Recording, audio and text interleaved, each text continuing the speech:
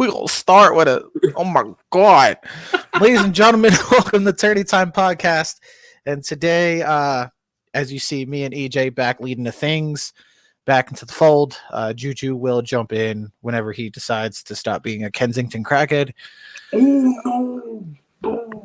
Okay. And Haz is currently on a date with his cactus, hoping to plan for a baby number 2. Oh, God. Yes, I know. I'm sorry. It's a running gag. It's still going to stay forever. But yes, before we break into the bracket, which I did announce in our last episode, which was the greatest R&B song of the 2000s. Go check that out if you missed it. I said this today. We were going to discuss the greatest Justin Timberlake song of all time so far, because, you know, he's still technically going. I'm sure he'll put out another album in 6 years, and we'll, if this podcast is alive by then, we'll retouch up on it. But yes, he'll put out another album in like 6 years. But right now, so far, his best song of his career, we'll be touching that. But we're going to do what we did the last couple episodes. We're just going to talk shit for a bit and then break into it. So gives time for Juju to, get off the crack, because cocaine's a hell of a drug. Hell of a drug. Cocaine's a hell of a drug. So yes, before we started, you were saying about your point about Lash Legend. So folks, if y'all know us, we are wrestling fans.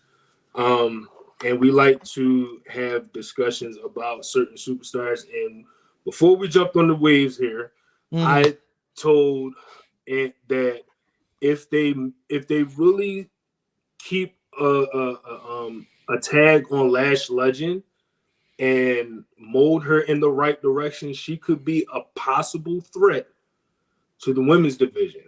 Now, I'm not saying that she has it all right now, because based on what she did tonight, she's about 25% more closer to being good. She still needs more work. She definitely needs more work, and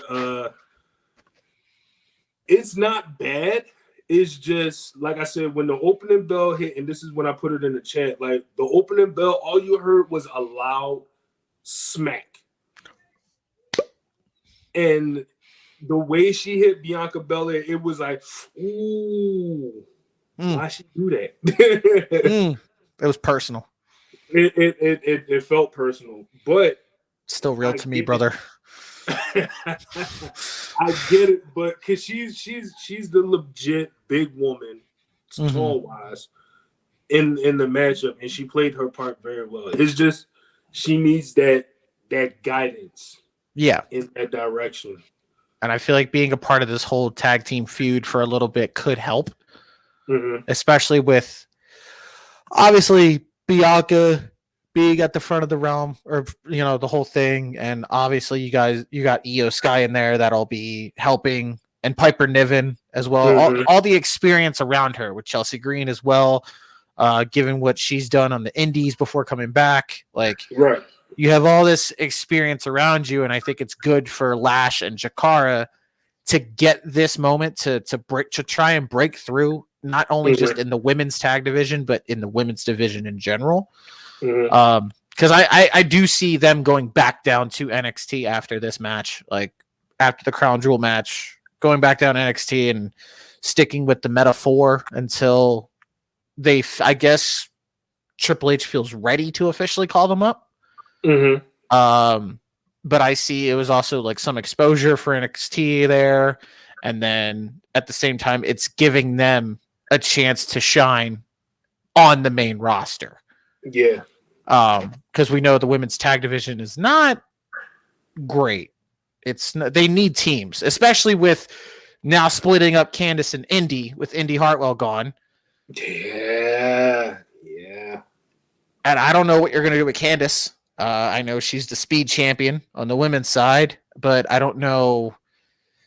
She did have a little bit of a thing with Nia and Bayley, but now she's just after losing to Naomi and Bayley. So that's where I'm trying to figure out, where do you put her in the fold?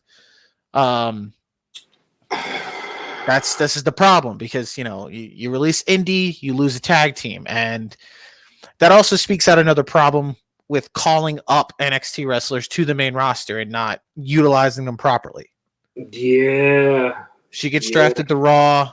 She was still injured. She comes back, teams up with Candice, jobs out for a bit, and then she got to wrestle in Australia, which is cool, but then nothing.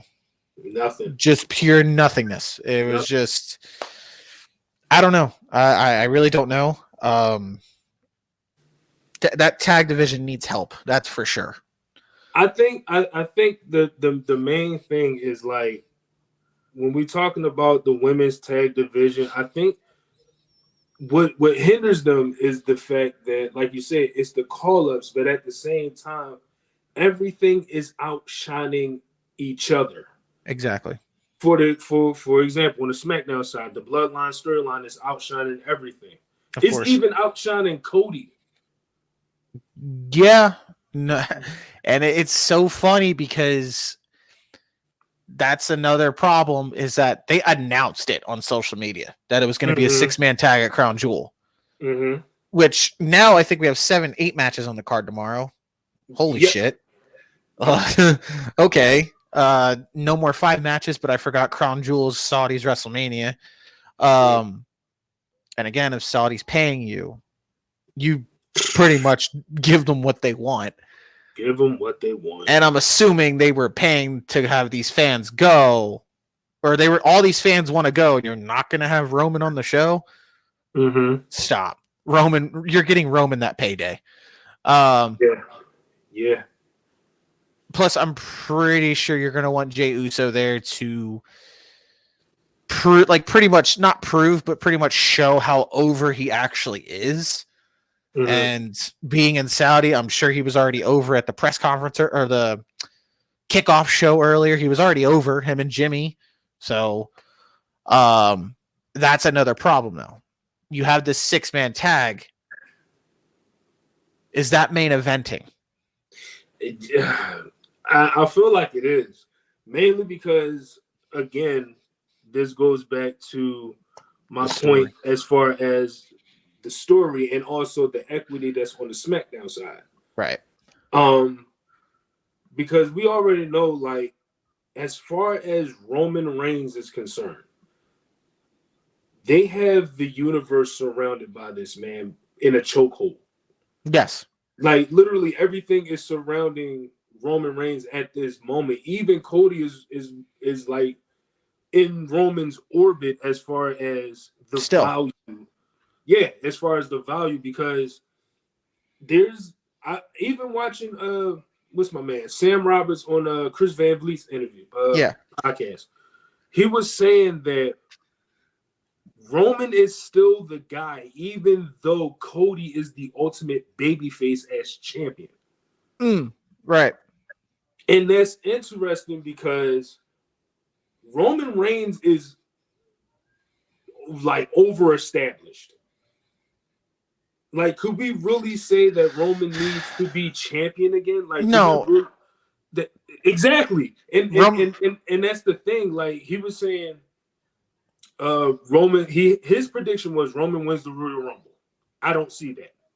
I feel like Roman is automatically going to go to WrestleMania with or without the Rumble. I don't know. I don't think Roman wins the Rumble. I don't think he needs the Rumble. To be honest, like, I understand people are hyping it up, like, oh my god, it's going to be the biggest Rumble ever because you're going to have possibly The Rock, Roman, Orton, all these guys. When really Roman doesn't need to be in the Rumble. Right. He doesn't need the Rumble to get a said title shot. Roman Reigns is at that point where he's, I mean, no pun intended, but he's there. Rock and Austin status now.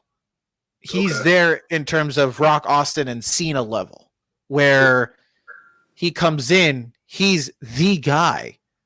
He wants a title shot, he's getting a title shot. Like, just like how The Rock, like Mania 40, came right in, wanted to face Roman. No? Okay, but I want Cody and Seth. Right. Okay.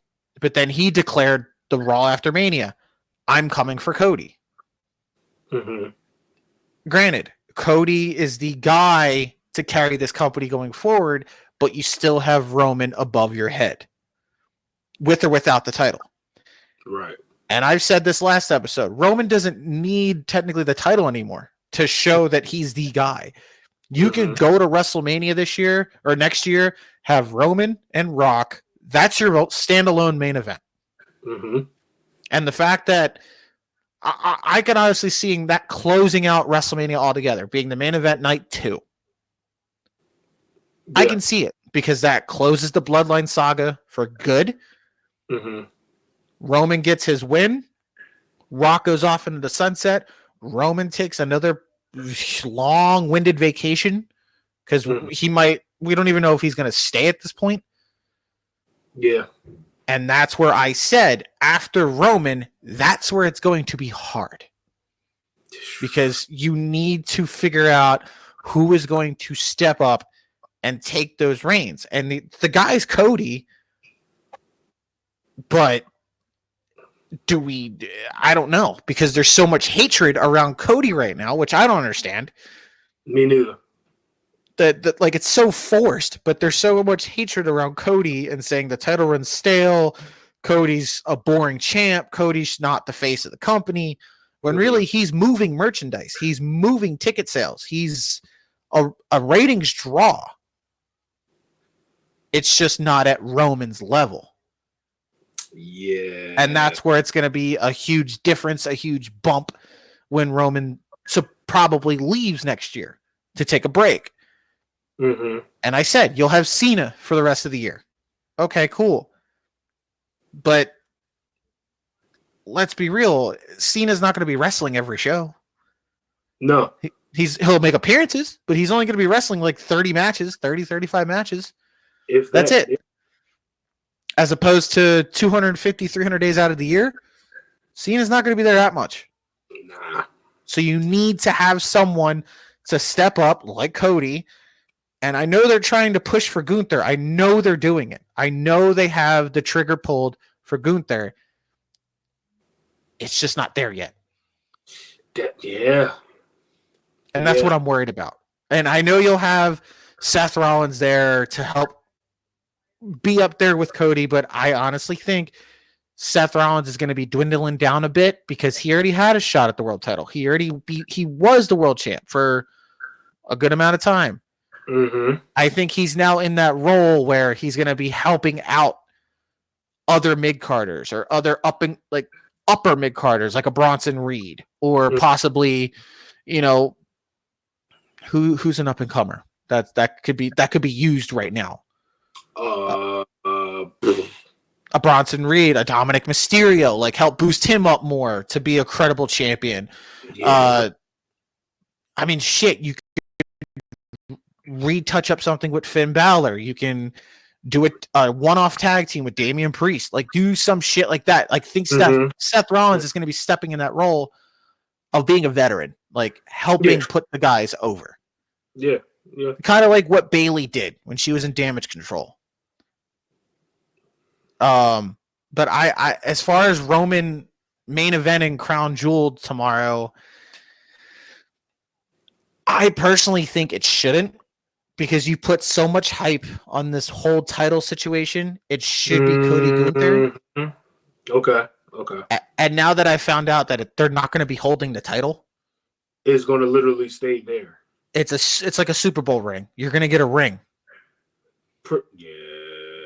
And it's all defining on how many rings you're going to get. And it's like, then why couldn't you just say a fucking ring instead of a title belt? I think, and this is WWE's problem. In fact, I take that back. I retract that. It's not even it's a WWE problem. It's a wrestling problem, period. Because if we take a look at AEW, which I don't want to do, but if we take a look at what AEW has been doing as far as utilizing unnecessary titles, mm-hmm. Wrestling overall has been doing that for years. just multiple titles after multiple titles, and it's like even in folks watching this on YouTube, go back into the Attitude Era. Living example, Jeff Jarrett. yes. What was that? The NWA North American Championship? I think it was. I believe it was. I think it was NWA. It was like in their merger with TNA, right? With the No, this was straight up NWA. Yeah, this was Attitude Era around. Okay.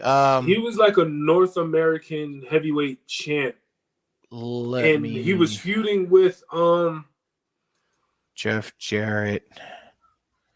I want to say it was Ken Shamrock or somebody. NWA North American Champion. He was the. Hold on.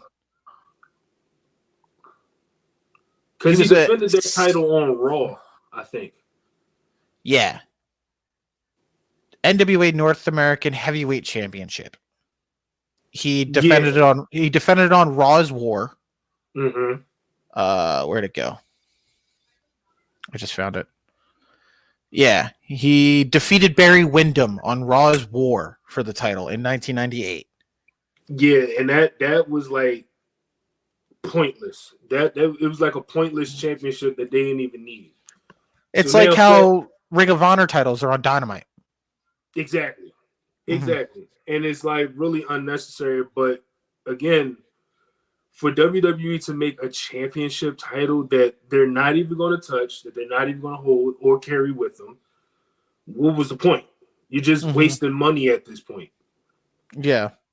I mean, if you're going to spend money, you really wouldn't need to make these so-called releases that y'all want to be making around the most important time in WWE right now. I mean, it's just the 3 cuts right now that I saw, and honestly, they said that there's more to come, but I don't know who else could be getting that axe. I don't know. This is the thing. I don't know who would be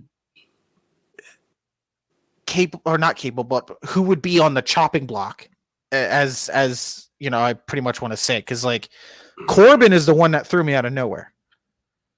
I thought Corbin was fine, but I'm not going to lie to you. Just thinking about it, Apollo Crews. That's what I was thinking. But they've had so many times to release Apollo Crews. And you could say the same thing about Corbin, because he's had multiple gimmick after multiple gimmicks after multiple gimmicks. But like, I don't know. I there's names off the top of my head that I can think of. Like there's, even though he just put on a banger match in NXT, I don't want to say Cedric Alexander, because he's trying to get himself up there. I wouldn't be surprised. I wouldn't be surprised if they released him too. Ashanti the Adonis. You also have who's also trying to do something in NXT. Like I feel like they're getting their career resurgence in NXT, which is good. You know, let Sean cook. Let Sean do his thing with them. But on the main roster, I can't even think of guys off the top of my head that are still signed that you would just want to let go. Like I feel like B-Fab is on that verge again. Yeah, because her being in the Street Profits is actually absolutely pointless. Because it shows no benefit whatsoever. Yeah, so I feel like it's going to be B-Fab. I wouldn't be surprised if it's I wouldn't even. I'm trying to think, because if you think of the people that we don't see on the SmackDown side of it, that's what I'm saying. There's a lot of people. Like, I'm afraid can't Dragunov. In fact, Dragunov's hurt, man. That's right. He is injured. Okay. Tore his ACL. Right. Dragunov's hurt, so he's safe. We know that. He's fine. Okay. But Tyler Bates hurt. I know that. Right. I gotta look through this roster, because I don't know who other. I mean, I don't know if they're making cuts to make more, to try to pay more guys, to try to, you know, because I know Kevin Owens hasn't re-signed yet. I think I want to say it's more budget cuts in terms of trying to make more because they're making more money, but they can't afford to pay these guys? Or that could be. It doesn't make sense on their end because if that because was the case, you wouldn't resign the people that you wouldn't bring back the people that you released in the first place. well, what I'm reading two different things. I'm reading they got released, but then I'm reading that they're departing from WWE, meaning they didn't re-sign and they have a 90-day no compete, which I thought they ended a long time ago. I thought they didn't have that clause anymore. Yeah, because Ricochet appeared at less All than In. 90 days. Yeah, he appeared at All In, which was 2 months after he got attacked by Braun Breaker. Yep. So that's what I'm saying. I thought that shit was squashed. I thought that was all taken care of. You know, I thought that wasn't even a clause anymore. See, I'm trying to read names off here. Like Apollo Crews is one. B-Fab, you said. B-Fab. That's what I'm saying. Kevin Owens hasn't re-signed. There's possibility that Becky Lynch is going to get a big-time contract. Then I did see something about her retiring. But then again, I know that can't be true because no, I don't think she's retiring. She's just taking her long-deserved break because, again, she carried the fucking division on her back for years. Boy, so she deserves this break. She carried the hell out of that division. Blair Davenport hasn't done anything on the women's side. So that could be a possibility. That's what I'm saying. Like, I don't want to pray for these people's releases. I don't want anybody to be released. Like, that's their livelihood. But it's part of the fact is Corbin wasn't being used. I get that. But you threw him in a tag team with Apollo Crews that was just starting to get over. Because Baron Corbin improved in the ring. He was getting better. And then you just fucking let him go. And then we was about to see a babyface Baron Corbin, which we haven't seen since his debut. And he was getting over. That's the thing. And then I understood Tegan Knox. I feel like that was a waste of a re-sign to begin with because you brought her back. It wasn't. Her last big go was like the match with Becky.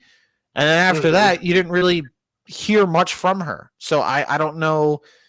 I know she was on like Main Event or some shit like that. She was. I just thought about Shotzi too. Well, she's technically still injured, so I don't know. Plus, she's doing that whole House of Horrors thing with not House of Horrors, the Chamber of Horrors YouTube thing. Oh, with Scarlett. You're right. Yeah. I forgot about that. So I don't see Shotzi going anywhere. She's good in terms of stuff like that. There's a lot. That's what I'm saying. I don't know if they're trying to make budget cuts to pay the people that are supposedly coming back, like a Becky. Charlotte already got a re-sign. Carmella and Alexa Bliss. Yeah. Possibly if Kevin Owens re-signs, he's going to want that big money deal. Rightfully so. But not to mention, they just handed out 5-year contracts like they were just candy because Liv Morgan got one. Drew McIntyre got one. Finn Balor just got one. Yep. They're about to re-sign CM Punk. So yeah, that's why I'm saying I don't know if they just got rid of these guys because they don't have any use for them, or they're trying to move money into a point where they have to pay the other talent, and they thought, you know what? I'm not a wizard on this shit. I don't know what their contracts were like, but maybe they thought, okay, your contract's beneficial enough to get cut. It saves us money. Best of luck on the, whatever you do, And then another thing is like, don't get me wrong. I love Randy. Trust me. I get it. But he doesn't need to sign. He didn't really need to sign a multi-year deal. And the only reason why I say that is because Randy is getting up there in age. He's already knocking at the door at 50 already, which is I mean, he's weird. at what? He's 45? Yeah. 45? Because I know Cena's close. He's hitting 50. Yeah, Cena's hitting 50. And even with that, like I said, I get the fact that, okay, we have guys like Rock, we have guys like Randy, Cena, all of the higher up names, the legend names. Yeah. We have them as far as attraction purposes. And the only smart thing they did was kind of sort of like adjust to Rock's schedule as far as Hollywood, as far as TKO and all of that other stuff. Yeah. Where everything clashes at is always going to be at Mania where everything clashes. Right. Because so we got Punk, we got this person, we got that person. Everything clashes money-wise at Mania, and it never fails. It doesn't.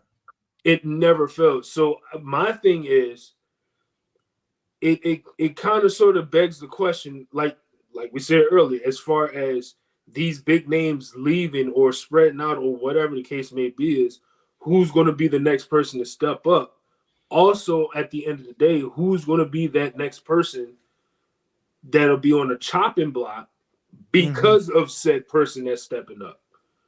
Because we could all sit here and say Carmelo Hayes is a candidate to be the next star, but I highly doubt that, depending on how they use him.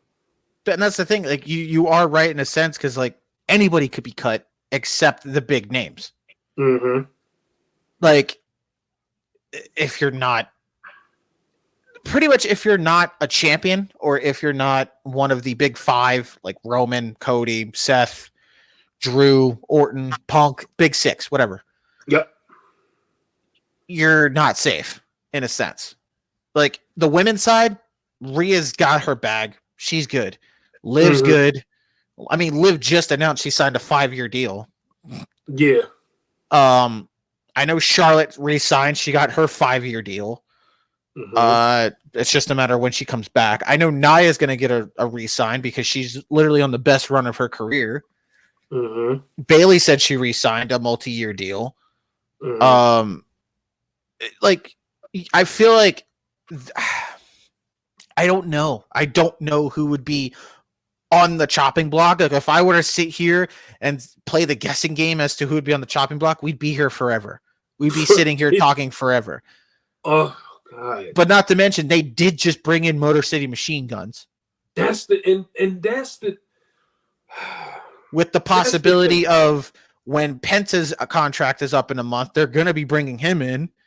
And then waiting out for Ray Phoenix next year. Not to mention, I think Malachi Black's contract's up next year. They're going to wait on him. Like, that's the thing.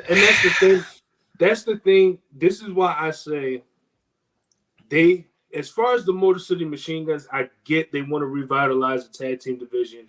Cool. No problem. Yes. Too soon, though. In my personal opinion, it was too soon because, again, Crown Jewel coming up. That costs money. You got War Games to build up. Money. All of that. Mania and all of these different things. And like I said, grant the fact they want to revamp the tag team division. I feel like Royal Rumble would have been the greatest time to bring in the Machine Guns. No, because I think the Royal Rumble's already going to have too many surprises to begin with. Okay. Because you're going to get Joe Hendry at the Rumble. Oh, that's without a doubt. It's already calling its name. Like, no pun intended, the Rumble is saying his name. It's going to happen. That is when Joe Hendry will be WWE bound. He will be. Then Jordan Grace. Jordan Grace, you already saw her pop up on NXT. And she just dropped the title. It's only a matter of time when she jumps to ship as well. Yep. I won't be surprised if, that's when you get a returning Becky Lynch at the Rumble. And you get a possibility of returning Alexa Bliss and a Carmella. And hopefully, if he's healthy, a Big E. can pop up. That's what I'm saying. So if you had the Motor City, Machine Guns debut at the Rumble, it would be so like everything else would have overshadowed it. Like, I know that they're like one of the greatest tag teams of all time, but if you have, knowing the fan base today, if you had the Machine Guns pop up at the Rumble, you have Becky Lynch come out at the Rumble, that alone is going to overshadow the Machine Guns. You have Joe Hendry come out. The popularity he's drawn right now, that's going to overshadow the Machine Guns. Mm-hmm. Again, throwing hope into the wind here. You have a Big E come back. Mm-hmm. Big E comes back. It's the pop of his life. That shit's trending within seconds. That's going to put the Machine Guns on the side. So I'm glad that they did what they did with the Machine Guns. They gave them the tag titles. Now let's run with it. Let's see what we can do. Mm-hmm. I say, early prediction, I said it last week, the Usos and the Machine Guns at WrestleMania. You have to make that happen. That's the only match that makes sense. But with I don't see them signing, because I've been reading reports that the Machine Guns, it was supposed to be the spot for Penta and Rey Fenix. That was supposed to be their spot. I keep reading reports about that because the Machine Guns were supposed to be on NXT. Right. Because I remember Nathan Frazier kept teasing about it. And shit, they're going to be main roster bound. Trust me. And you'll get that match too. Fraxium and fucking the Machine Guns. That's money. Yeah, because they did play the vignette on NXT at one point. Right? It did. Not the vignette, but I know they teased it a bit. And I did read reports that Motor City Machine Guns were going to get signed and go straight to NXT. And the main roster spot was going to be Penta, the Lucha Brothers. They were going to be in that spot. They were going to take the tag titles off the Bloodline. But I guess Tony Khan did his thing. And that's when they said, you know what, Motor City Machine Guns, take that spot. But I can't believe the reports because I don't know what's true and what's not. It could have just been Motor City Machine Guns had that spot the whole time, and they were just waiting for the right time to do so. Because they teased it. They teased it enough, and the crowd immediately loved them. Obviously, you love the Motor City Machine Guns. They are one of the greatest tag teams in the world. But they helped pretty much, outside of the Dudleys, the Hardys, Edge, and Christian, they helped pretty much revitalize the tag team division. They put it on the map in the 2000s and the 2010s. Like TNA all day. Without them, we wouldn't get the Young Bucks. I don't care what anybody fucking says. That's a big fact. The Young Bucks literally jocked their shit. I'm sorry. It's the fucking truth. Any AEW stan can go fucking fuck a nut. I don't care. They jocked their shit. Without the Machine Guns, you would not have the Young Bucks. It's literally a replicated team. That's it. That makes sense. Same moves, same shit. It's just the Machine Guns obviously slowed down some of their stuff because they're getting up there in age. But they could still go. Clearly, you see them. Yeah. They're like incredible shape for guys in their 40s. Especially, I think isn't this Chris Sabin's second stint in WWE? I don't remember Sabin being in WWE. I think he probably was like during like the Velocity run. He was doing like the trial matches, maybe. I was going to say because he definitely. I remember him. Unless I'm thinking of Alex Shelley being in WWE at one point. Let me see. I know it was. Alex Shelley did a tryout for WWE. Okay. I don't know about Chris Sabin. I swear, or am I thinking? Let's see, could be my brain playing tricks on me. No, because I remember guys like those were on Velocity doing like the dark matches and shit. And they were doing trial runs. Alex Shelley made a one-off appearance in WWE in 2020. And then he returned to the company in 2024. So Alex Shelley made the one-off appearance in 2020. What was that for? I don't know. Okay. Alex Shelley also had a tryout appearance on the international version of WWE Sunday Night Heat in 2005, but nothing came from it. Okay. Chris Sabin was never in WWE. This is his first time in WWE. Damn. Yeah. Damn.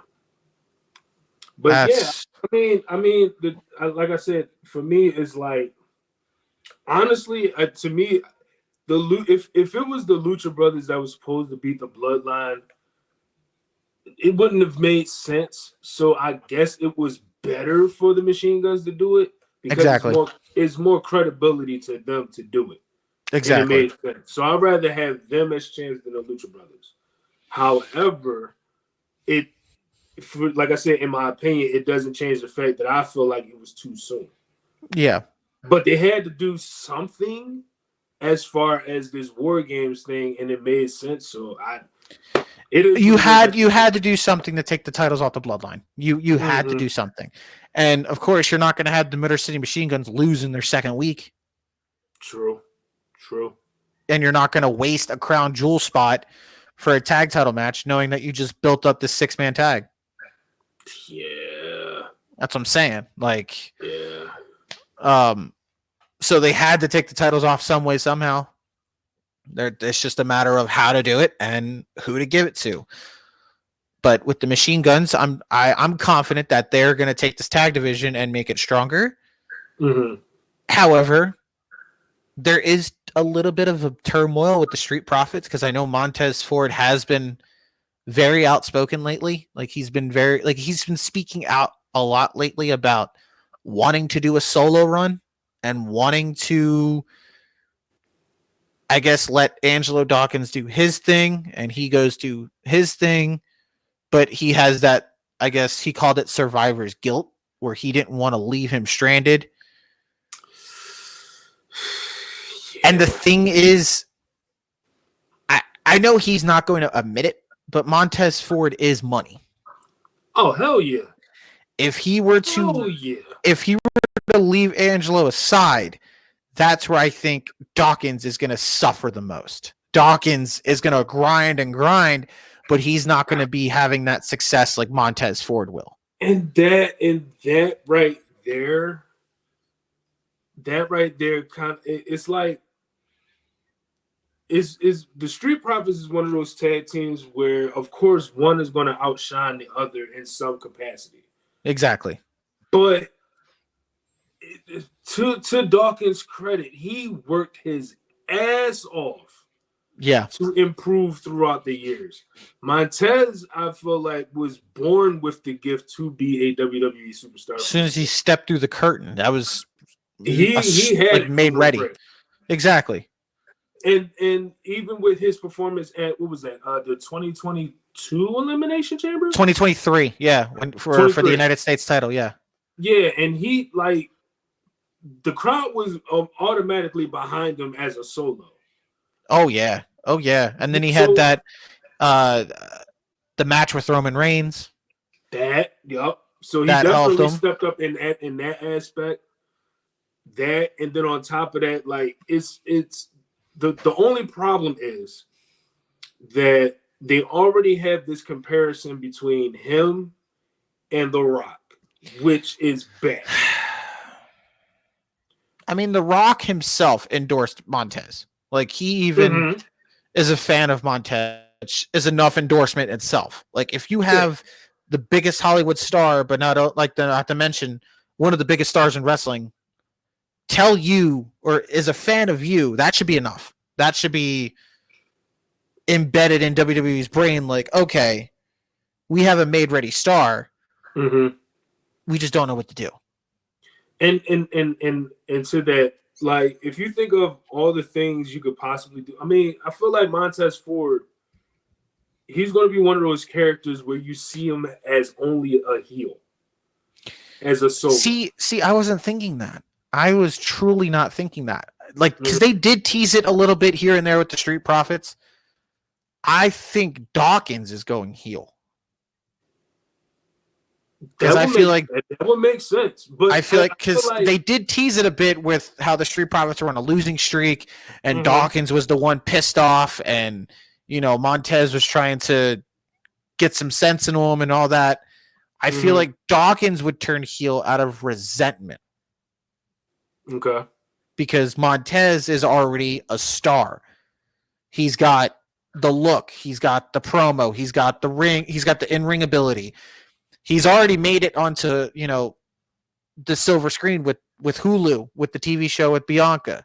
Right. He'll be making his way into movies. He's already the guy to look for when it comes to doing the promo tours and things of that nature. I feel like Angelo Dawkins is like in his shadow, and he's gonna go for it as sort of like, fuck you, that's supposed to be my spot. Yeah. And that's where I'm going to feel bad, because I know Angelo Dawkins has improved so fucking well in that ring. So well. He's gotten so much better. And I feel he even had a WrestleMania moment by hit sticking the shit out of Braun Strowman. And it gave us one of the greatest memes with Titus O'Neil. Like, I feel like Angelo Dawkins is going to have to grind harder and harder, unless they go that route where they split the Street Profits and they have both of them on separate shows. Have Angelo grind one way, Montez, you grind the other way. But like, it's already in there. Everybody even knows Montez is a made-ready star. He pretty much just needs the ball. He needs the ball to run with it.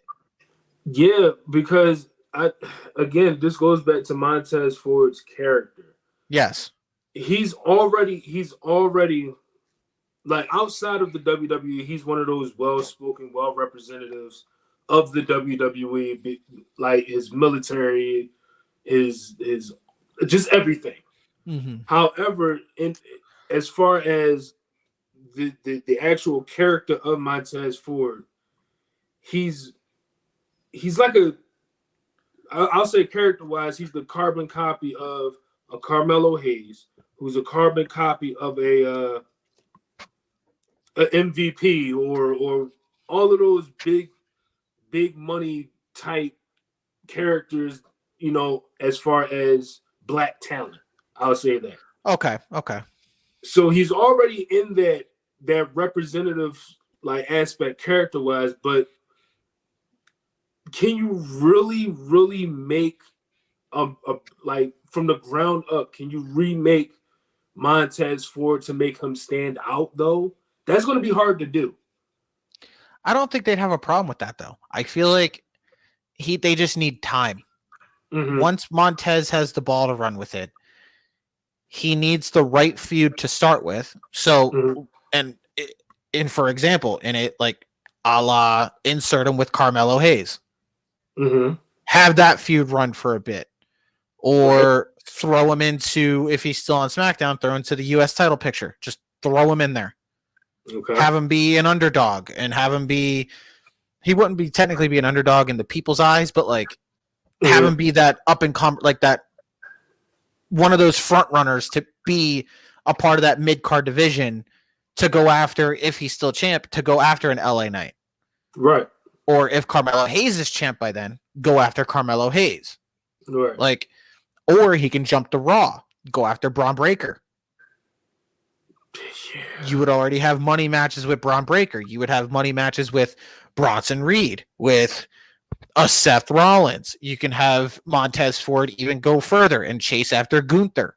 It's things like that where I feel like they have the time, or they have the ball. They just don't know when to pass it. They don't know when to give it to him and be like, it's time to split up the Street Profits. Let's see what you can do. But I feel like the Street Profits are stuck at this, I guess, this like speed bump. They're just stuck in this ditch where, okay, we're just going to keep you straddled in the tag division until we can figure you out.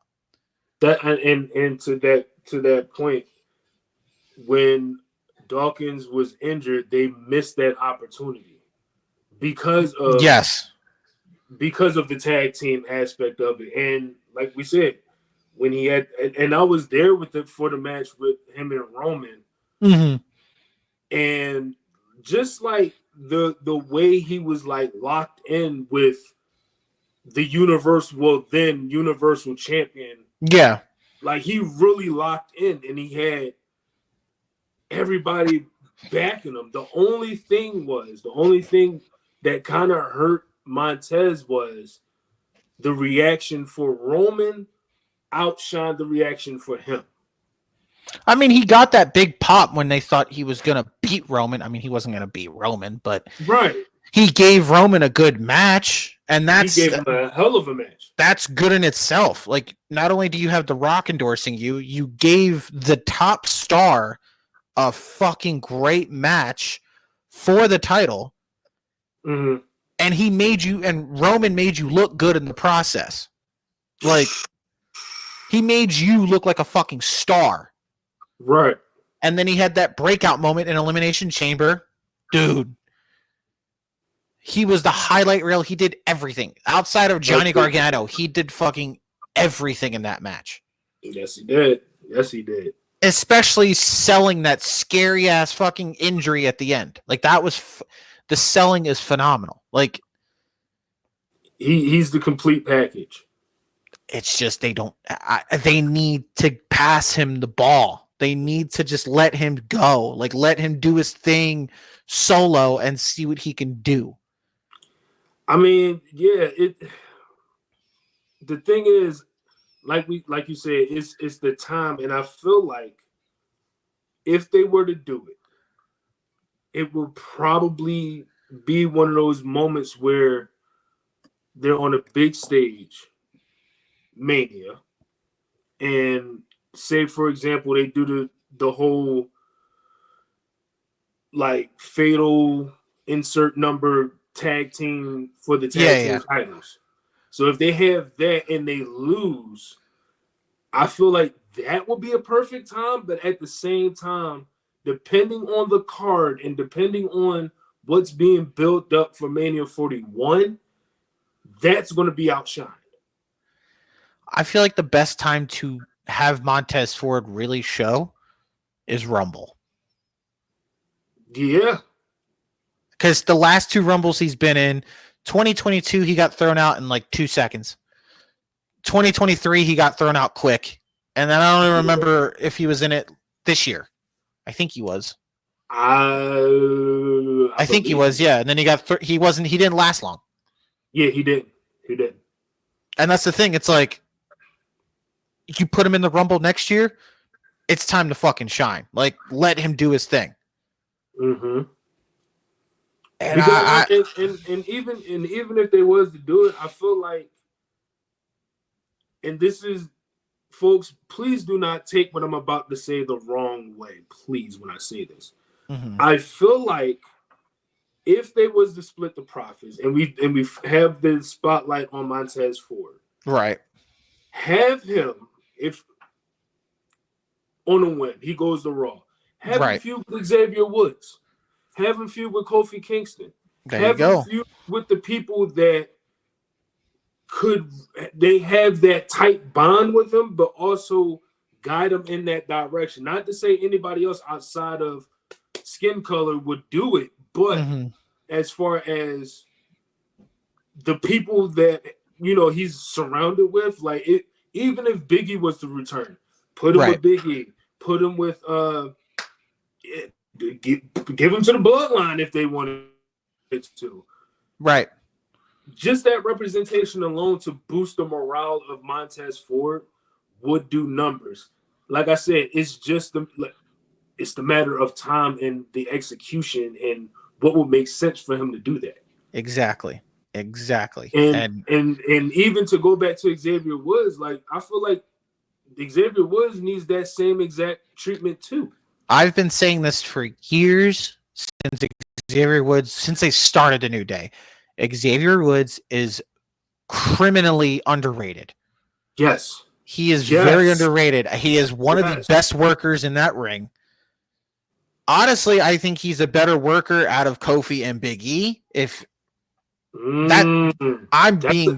Look, If you want to look at it from that perspective, in ring work, I would take Xavier Woods over a Big E and a Kofi. As far as like getting in there in ring, Xavier Woods is fucking underrated. Like it's very criminal how nobody talks about how good he is in the ring. Bro. He fucking killed it with Roman Reigns. He killed it with Bobby Lashley on his own. He beat former champions. Like he won King of the Ring, even though that was like a given. But like, I felt he had an underrated match with Finn Balor at King of the Ring. Like, this is what I don't understand. Like, Xavier Woods can fucking go. That's what I don't understand. It was the same thing when I talked about who the fuck did I talk about that was criminally under? Chad Gable was another one. Yeah. Gable's a guy that gets so overlooked. That's Kurt Angle 2.0, and you need to fucking understand that. Yep. Who else did I say? Fucking. If he didn't get released, Shelton Benjamin would be in that conversation too. Shelton Benjamin's always been underrated. I feel like I forever will take this to my grave. If this was 20 years ago and Shelton Benjamin was at the prime of his life, literally the best pure athlete at that time, if he improved in his promo, Shelton Benjamin would have been world champ. Oh, without a doubt. Shelton Benjamin would have been at least 3-time world champ. Had he improved on his promo work. But that's the thing that killed him. He's not great on promos. That's a thing that kills Ricochet. Ricochet is fucking terrible at promos. Like he said, he's Kobe Bryant with it. But I feel like that's what killed Ricochet. Cool. You're fucking great in the ring. Fantastic wrestler. One of the best in the world. But you can't talk for shit. You can't win the crowd over. You can't. I mean, you could just win them over with flips and shit. Cool. But sell me. Make me believe in you. You know? You had a little bit of hope before you got squashed by Brock Lesnar. And then you had a little bit of hope when you had that feud with AJ Styles. But after that, dude, like, you can't talk for shit. You can't. And that's Shelton Benjamin. That was the problem. Granted, he started to get gradually better as he came back, and like he was more of that veteran stage now. Like he was more of like putting people over. But it still wasn't it. For fuck's sake, Shelton's doing like the best in-ring work right now. In the past 3 years he's been wrestling. Granted, it's on a worse stage, but yes, he's doing the best work right now. Since I want to say, the Hurt Business in 2020? I was going to do you one better. I say 2004 when he made his Raw debut. Yeah, but even then, he had a great run after that as the gold standard in ECW. Yeah, that's all. An underrated, what's it called? He had an underrated run in like 05, 06 when he brought in Mama. Yeah. That storyline was cringe, but it was actually funny. You know, it helped him. He was the guy to pretty much be pretty much the spot guy for Money in the Bank. He was what Ricochet is. Every year. He was what Ricochet is. And every year.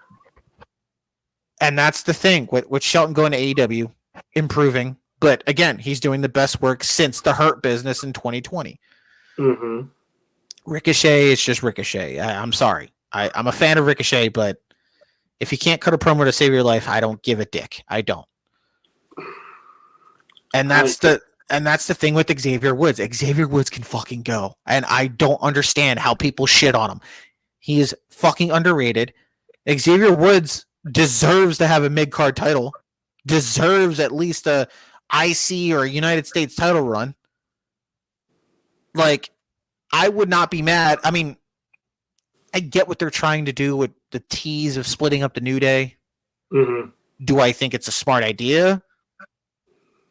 Depends. Because by you splitting up the New Day, you're dropping a huge money move in terms of merch. Mm-hmm. Because the New Day is pretty much like the NWO and DX at this point with their merch and how long the stable's been. It's the New Day. Like, you know you're gonna get their shit. Yeah. They're obviously recognizable by everyone. It's the fucking New Day. Mm-hmm. But you split them up. Cool. So does that mean Xavier Woods goes heel and Kofi goes face? What do you do from there? Like, do you make them feud going into Mania? Because that's not gonna be smart. That's gonna be weird. It is. Do you make Kofi break off and go to SmackDown, and Xavier Woods can try to make it as a solo guy? And what happens if that doesn't work? You just bring the New Day back together, like how you just brought back the Usos. Like, yeah. I mean, I'm sorry, because I am starting to feel like all that shit they did with the Usos and Kevin Owens and Sami Zayn, they just threw it out the fucking window. Yeah. Because you made Jay break out, become his own star. Jimmy got hurt, but Jimmy had to take some time off, come back, and you just flipped the whole bloodline thing around to where Roman's a babyface, Jimmy's a babyface. You bring Jay back into the fold. Mm-hmm. I understand you need tag teams, but Jay was really just starting to make it as a singles guy. Yeah. He's over. He's fucking over. Like, I don't know. Like, I don't know if you heard, the crowd was literally singing his song tonight without the music. Bruh. It was revealed that the month of October, he sold more merch than CM Punk and Cody Rhodes. As he should. I'm not saying he is, but he's kind of like this generation's Jeff Hardy in a sense of being over. And it makes sense. And pretty much you hear his music, you know it. You know to do the yeet. You know to do all that. Mm-hmm. I mean, Yeet was popular in, like, what, 2012? And he's making that popular again? Yeah. Like, what the fuck? Yeah. He brought that back. Like, that shit was, like, popular when we were in high school. And now all of a sudden it's like, fuck our childhood. We're saying Yeet now at fucking 30-something years old. It's like, what the fuck? It's crazy. And like I said, I think this, like I said, with this whole bloodline thing, it's, I don't want to say it's kind of sort of turning itself into, like, from storyline to, like, dynasty or something like that. But I feel like with the, and I don't want to really put this into the ether, but part of what my brain was thinking is, like, what if, and this is just a major what if the conclusion of the bloodline story was everybody forming a big ass faction? I feel like that's overkill, though. It is. And it goes back to the NWO theory of, like, them splitting into two bloodlines just to come back as one. I feel like that would just throw away everything they just did. Yeah. I don't know why I had that thought, but it was just one of those things, like, what if? Like, it's a what if. But if you think about it, it's like you bring them all together as one. You pretty much just wasted everything. And at the same time, you bring them all as one. That's where I feel like it would really be overkill with the bloodline. Mm-hmm. Because at that point, in the viewer's eyes, it'll be like, okay, now when is this shit going to end? Right. Like, now everyone's excited about it because it's like, okay, you have the OGs versus the up-and-coming bloodline that want to take over the helm of the old guys. Mm-hmm. You squash that together. You squash the beef. You bring them all together, led by Roman or The Rock. Mm-hmm. That's what's going to drive people away. It's going to be like, you guys just fucking fought and feuded for nothing. And that's why I think it's very important that this bloodline saga has to end at WrestleMania. It does. Has to. The Rock can put over Roman, make him official head of the table. Mm-hmm. Rock can stay behind the scenes of TKO and go off into the sunset and make his sporadic comebacks whenever he wants. Roman can be the official head of the table, the official tribal chief. He reigns all, no pun intended, but like he could sit there and say he runs this family and do part-time appearances, you know, the ones that they used to do with the legends, SummerSlam, WrestleMania, Rumble, like the one-off appearances here and there. Like, cool, Roman, you're good. You solidified your career as one of the greatest of all time. Right. Goodbye. That's why, and that's if you want to continue the bloodline after that. I don't know how you're going to do it. I mean, Solo. Rikishi's trying to say it himself. He's saying Solo is already a main event guy, but I don't fucking see it. Not yet. I mean, I feel like now his character's starting to get there with his promo work and how he's acting. Like, he's starting to break out a bit. He's not being completely serious. He's being like a goofy, like, dick about it. Yeah. Because you already have a monster in Jacob. Which I think should be the leader of the bloodline, but I digress. Wait until they let him loose. That's wrap. What I'm saying. It's a wrap. I feel like you're going to get... Jacob's going to do something special at War Games. I already know that for a fucking fact. If I don't see that motherfucker do a swanton or a moonsault off the top of the cage, I don't fucking want it. If I don't see Jacob doing some sick shit off the cage, I don't fucking want it. And even if he does, I think their main thing is him getting injured again. But Jacob doesn't give a fuck. The guy fucking worked the boot. The fuck? He doesn't give a fuck. So it's like the dude got injured, got in a walking boot, and he was still wrestling in the fucking walking boot. Like he was. He kicked the shit out of Roman with the walking boot.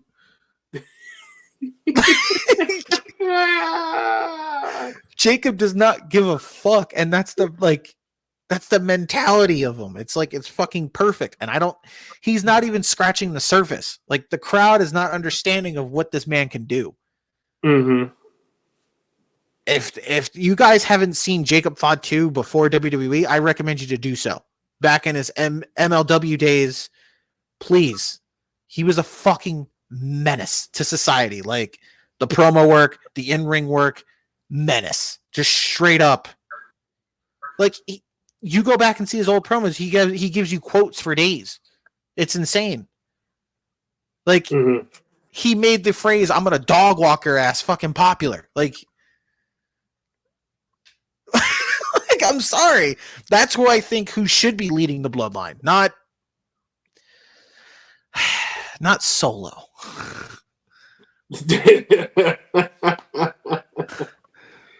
Yeah, it's only one way to find out. And then you get the fucking hyena. Don't get me started on that because I don't. It's just I don't know. Like, oh my god, it's just so dysfunctional. Like, you have Solo, who's the head of the bloodline. You have Jacob, a menace. You have a walking hyena, and then you have Mr. Botchamania and Tongaloa. Oh my god, I forgot about that. He definitely did botch one spot. What was that? Money in the Bank, where he botched a low blow? He botched a low blow. He botched his debut at Backlash. He fucking he couldn't even hold up the title right. Dude, oh, God. It's okay. I don't know. I did see a clip. It was either Tama Tonga or Tonga Loa that won the ROH championship, and he tossed it Oh, at the bar. Tamatanga. Yeah. Then he tossed it out. I'm like, oh shit, this is what we doing now? Okay. Oh, he was a fucking menace in himself in New Japan. Like he just tossed the shit. I'm like, dude. He didn't give a fuck. He's like, fuck this title. I just fucking threw it. Like, no fucks given. If he do that in WWE, it's a problem. That's what I'm saying. Like, these guys need to break away. I'm sorry. Tama and Jacob, like, those are the guys. I could just see that now at the press conference. Man, fuck this title. Fuck this shit. He wouldn't even do that. He would just do his. What the fuck? Like, he'll respond. Yeah, it's weird. Where the fuck did he come up with that? Did he just one day randomly in front of the camera? He was just like, yeah, just started making sounds, and he just went with it, not knowing how much of a meme it could just shoot off. Like, it was either that or he was watching Wild Thornberrys to get some type of. Because that shit, when he first did that, I'm like, what the fuck is that? And then it blew up on TikTok, and I'm like, oh no. Yep. It blew up everywhere. And then he just kept doing it. And I'm like, oh no. It's stuck with them. He's like, yeah, I'm like, what? God. And then if I'm doing any type of backstage work and he does that, I'm like, cut the camera. What the fuck are you doing? I would try so hard to just keep my composure and then get off. Oh, I'm like, I can't do this. I can't do this. I'd be fumbling lines like Matt Riddle. Like, oh my God. Like, this motherfucker won't shut the fuck up. I can't. I'll break. I will fucking break on camera if I ever witness that live. Like, oh, you're gonna find me for not keeping my composure. Whatever. Fuck you. I don't care. Oh God, the man is hilarious, but he must be stopped. Must be. Speaking of stopped, weird segue, but unfortunately, we will not be talking about this bracket today.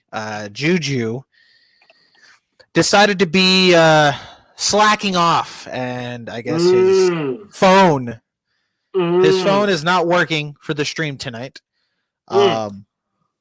So we are going to pivot and save the bracket for another time, unfortunately, but it's okay. We're going to be here, just me and AJ. We are going to segue and talk about Crown Jewel and just improvise and literally just give you guys our predictions on the matches, what we think is going to come out of it.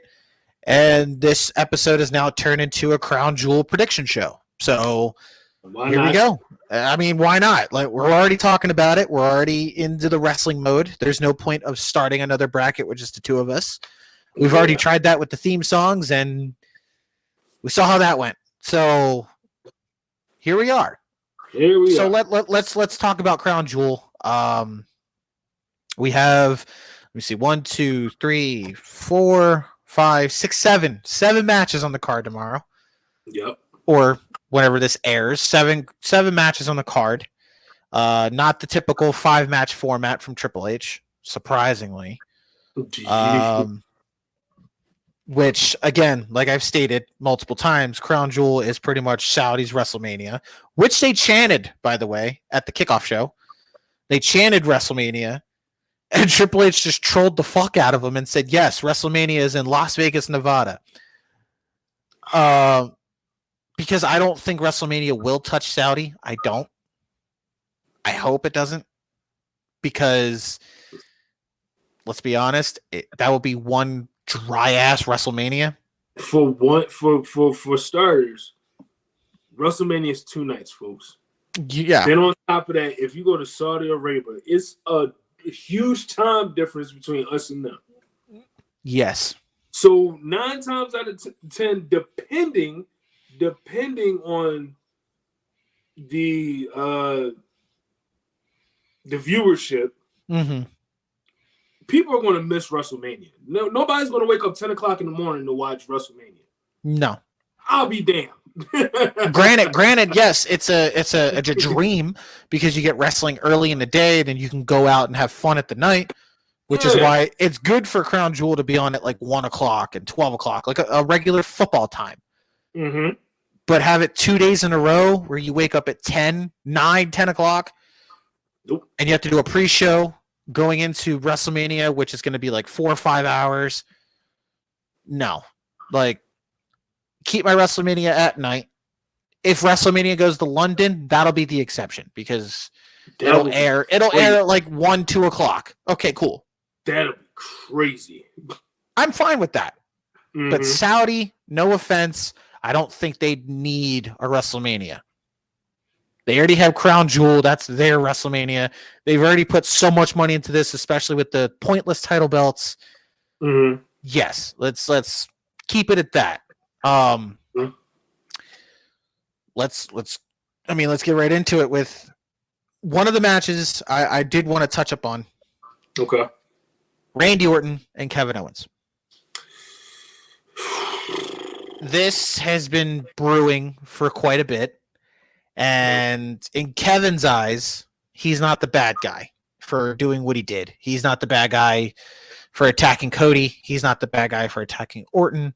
He's thinking that they're the ones that turn their back on him. And vice versa. You know, Orton wants to just pretty much kill Kevin Owens and pretty much put him down for, like, in a sense, put him down for good. Yeah. And wipe his hands clean, which I don't think that's the case. I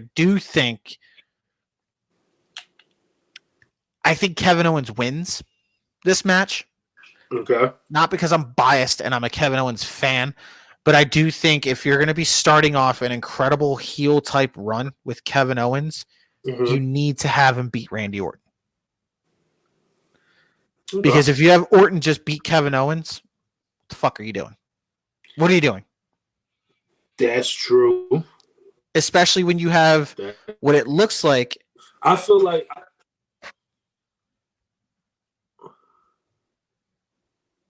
yeah. I feel like it's again, it depends on the trajectory. There you go. Big word. It depends on that as far as Cody Rhodes is concerned, because he's the common denominator in this situation. Yes. As far as, you know, teaming up with Roman Reigns, because both Randy and Kevin have history with Roman. Correct. As far as championship matches and all of that other stuff, understandably so. But at the same time, I think because of what we've seen tonight on SmackDown, they're shifting towards Randy and Cody. It's teased to be that way because Orton keeps dropping those hints of looking at the title when Cody's not looking. And I know Orton wants number 15. I know he wants that. Mm-hmm. However, that's where I think this is going to segue into Kevin Owens beating Randy Orton. Kevin Owens being slated to be Cody's next challenger, which I'm assuming will happen at War Games. And then you have Saturday night's main event, which you could give a rematch to Cody or Kevin, or you can start Orton and Cody there. However, I would rather much save, in my opinion, the best possible option to save Cody and Orton for WrestleMania 41. I would have Orton beat Cody at WrestleMania. Night 1, main event. And I don't think you would have Orton win the Rumble per se. Okay. Could be a possibility. You could have Orton tie Austin for 3 Rumbles. Cool. Okay. I don't think you should have Orton go that route. I feel like Orton should win it at Chamber to go that route. But that's where I think you should save it. If you do it at Saturday night's main event, okay, then you need to find a challenger for Cody that's worthy enough to be at WrestleMania with him. Okay. Because he ran through Kevin Owens. He ran through Randy Orton. I really hope they don't pull the trigger and do Cody Rock. or the supposed triple threat with Cody, Roman, Rock, because that's just no. That's a waste. That's overkill. Yeah. You're going to do a triple threat just for what? Cody to drop the title to Roman and not even get pinned for it? Yeah. Like I said, Roman Rock doesn't need the title. It never needed the title. The title it needed, head of the table. That's about it. With Kevin Owens, I feel like if they're really starting to do something here, you can either have Kevin beat Randy because he needs that to solidify what he's doing with this heel run. Have him feud with Cody. Have him work Cody up until Saturday night's main event or up until Rumble. Mm-hmm. And even if you want to, throw fucking Orton and Cody at Rumble. And even if you want to squash this whole thing, make that the triple threat if you're not going to put Randy and Cody at Mania. Make that the triple threat and have Randy win the belt there. Okay. Either way, I do believe Orton's going to be the guy to dethrone Cody at WrestleMania. I can see that too. He's the perfect guy to do it. I can see that too. Because on the SmackDown side, it is very thin. I do not see anybody else that's worthy enough that has the history and the story to take the belt off of Cody. Yeah, Orton's the only validation. And you know Orton's that type of guy. He's a Viper. He can get you at any time. With the flick of, So here's the question though. Who do you turn as far as Randy and Cody is concerned? Orton. Okay. Because with Orton, flip of the switch, he's a heel, just like that. Even though the crowd might not boom, but you know Orton's going to have to be the heel going into this situation. Okay. And I'm sure they're going to bring up legacy at this point. They're going to bring up the past, and they're going to bring up how Orton mentored him. That has to be touched up on because they've already talked about it enough. How Cody said, Orton was his saving grace and Orton was his guy, and whatever. Mm-hmm. But I was thinking more like I feel like Cody would have to make that turn though. But why turn Cody? Okay, so the reason why I say turn Cody is because think of his title run so far. Mm-hmm. He has been one of those champions that's just handing out challenges, right? He's being a babyface champion. He's being a babyface champion. However, the one thing that Cody has always said since winning the title, he said this to Seth when he won it, I owe you one. Yeah. So it's like, I feel like him just handing out these titles to people that have done things for him, it gets to a point where it's like, all right, you did this, so I'm suspecting you want something in return. We don't know what that is yet. Does Cody get sick and tired of being that champion to just hand out favor or have favors returned to him or what? However, I'm trying to. Yeah, pretty much returning the favor. Yeah, so he you did something for me. You're expecting me to just give you a title shot, right? It gets to a point where that gets really stale, and I feel like in that scenario, I would turn Cody. I see where you're going with it. The only way I would turn Cody is if it was against Roman. Okay. If you do pull the trigger and give me Cody Roman 3, which I think should be way out of the possibility. If you give me Cody Roman 3 at WrestleMania, you turn Cody because Roman's already the biggest babyface in the company. You turn Cody. In a sense of just by name alone, but you turn Cody in a sense of motherfucker, I'm supposed to be the face of the company. Yeah. I'm the one that's doing the job that you didn't do the past 4 years. I'm the one that's carrying this company on my back. Meanwhile, you're just coming and going as you please, taking these vacations and, having these big money contracts when I'm doing the same work you're doing, just more. Mm-hmm. That's when I feel like Cody would get sick and tired of it and be like, I gotta fucking work you again and beat you again. Like, Yeah. that's where I think Cody could turn, but I don't see Cody turning as a possibility at all. If that was the case, that's the only reason. So all in all, Cody would have to turn at Mania, basically. If it's Roman, that's it. That's the only common factor. If Roman and Cody end up in some sort of thing at Mania, that's when you turn Cody. Okay. Other than that, I see that. Yeah, I see that. Yeah. Other than that, if you have Cody working Orton or Cody working Kevin Owens, or if Seth Rollins wins the Rumble, you have Cody working Seth Rollins, which I don't think that's the route they're going. They're clearly going Seth Rollins, CM Punk. That's right. That's been teased since this year, and yeah, CM Punk got hurt, unfortunately, but they're still dropping Easter eggs. It's going to be Seth and Punk at Mania. Mm-hmm. As far as pushing Orton to that level, it's going to be Orton turning heel. The crowd's not going to like it. The crowd may like it because we love Orton as a heel. He's a fucking menace. Yeah, however, Orton as a face, his face runs haven't lasted that long. No, I mean he's been a face for like a year now, so we'll see what happens. We'll see if he turned heel soon. I mean, he's already dropping seeds. He's already planting the seeds for Cody. He's already teasing it by looking at the title, by being so close to Cody, and you know what happens when Orton's very close to somebody. He's a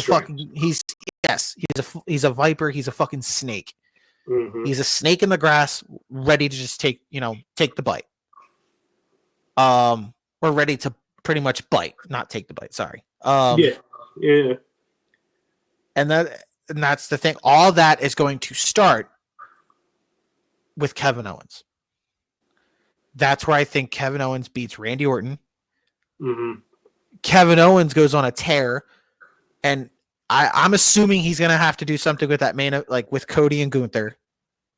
He's probably going to interfere if, and I say if, because for fuck all, if Goldberg shows up.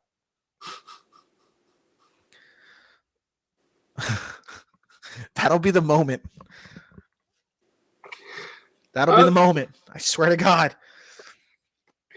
But fuck all. If Goldberg shows up, I don't see Kevin Owens going near Cody Rhodes unless it's after the show, like how they did at Bad Blood.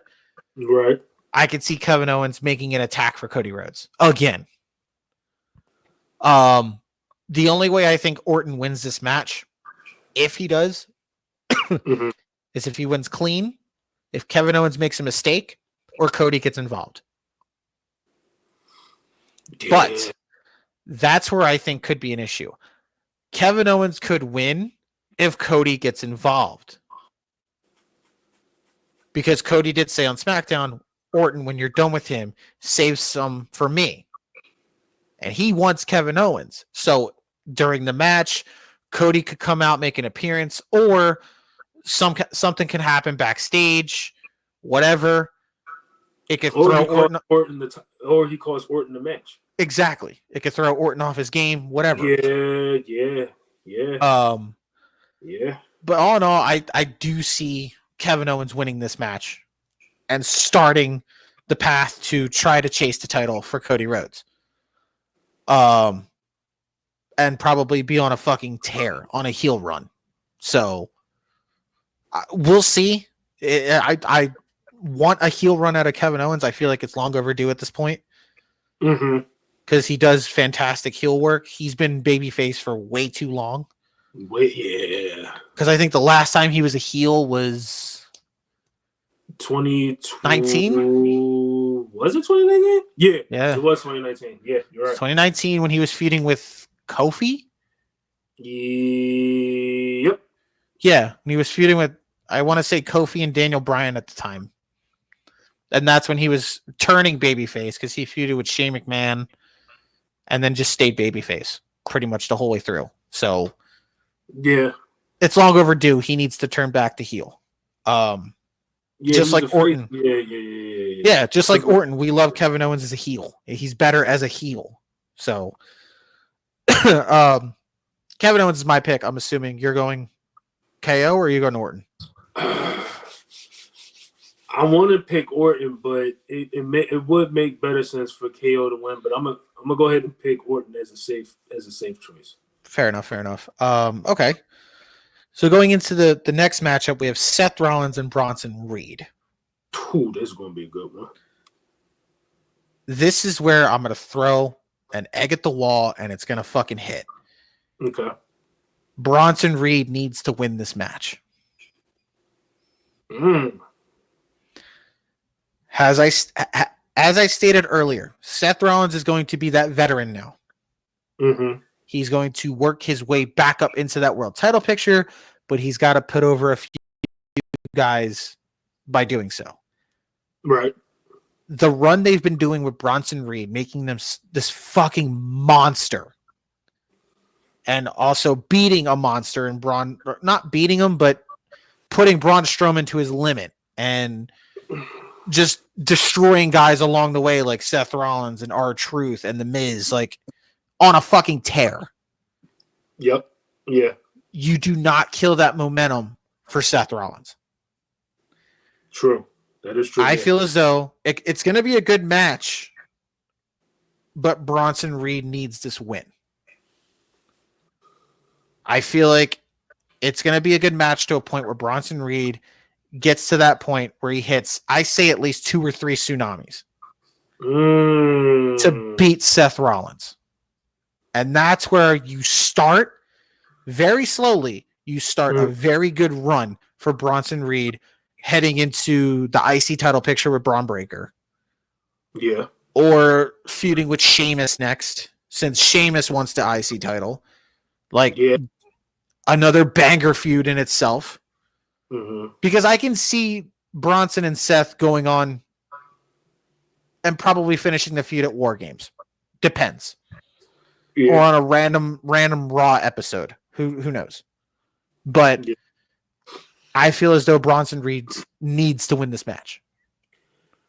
I see that too. That I feel like this is one of those situational things where, like you said, this could be a start of Bronson Reed chasing the championship. Yes. But I'll see you that and raise you this. I feel like Bronson Reed is on 2 paths in one. Okay. And you can say the IC championship, or you can even say the world championship, for all that matter, depending if he beats Seth Rollins. Because in WWE, we know if you pin a former champion, that guarantees you a title shot. No. Not in WWE's eyes, yes.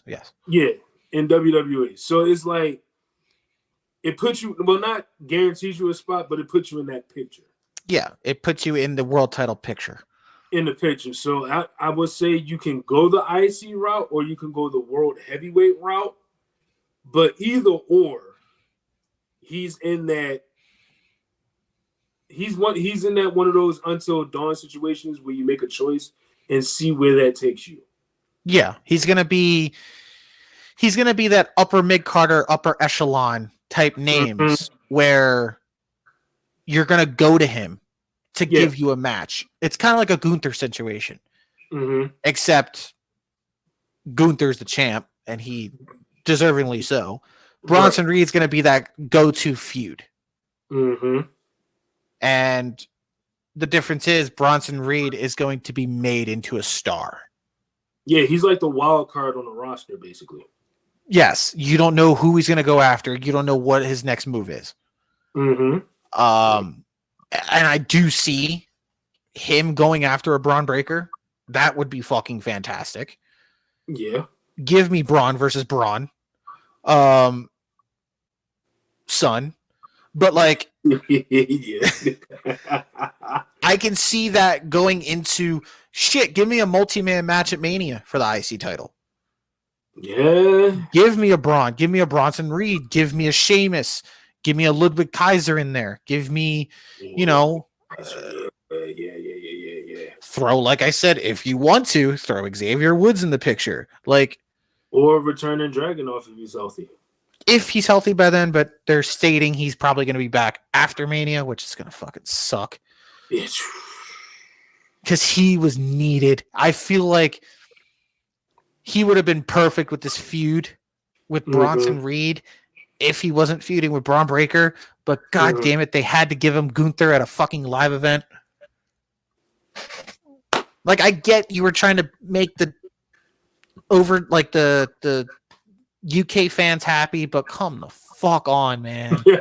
Right. They pretty much took an NXT matchup and put it on a live event.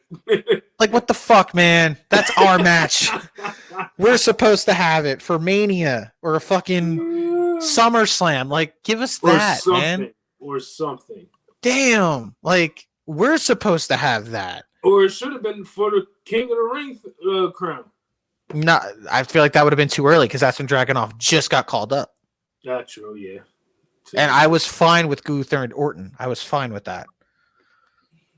Because they had a way better match at Bash in Berlin. That was a fucking classic. Yeah. But yeah, I feel like Bronson Reed needs this win. I mean, I'm sure you're going this with Seth. Since that he just came back and he needs the momentum shift again, but I want to see Bronson. I want to see Bronson Reed win, but I feel like Seth again, safe choice. It's just the thing is with Seth, where do you go from here after Bronson? Do you have him go after Gunther?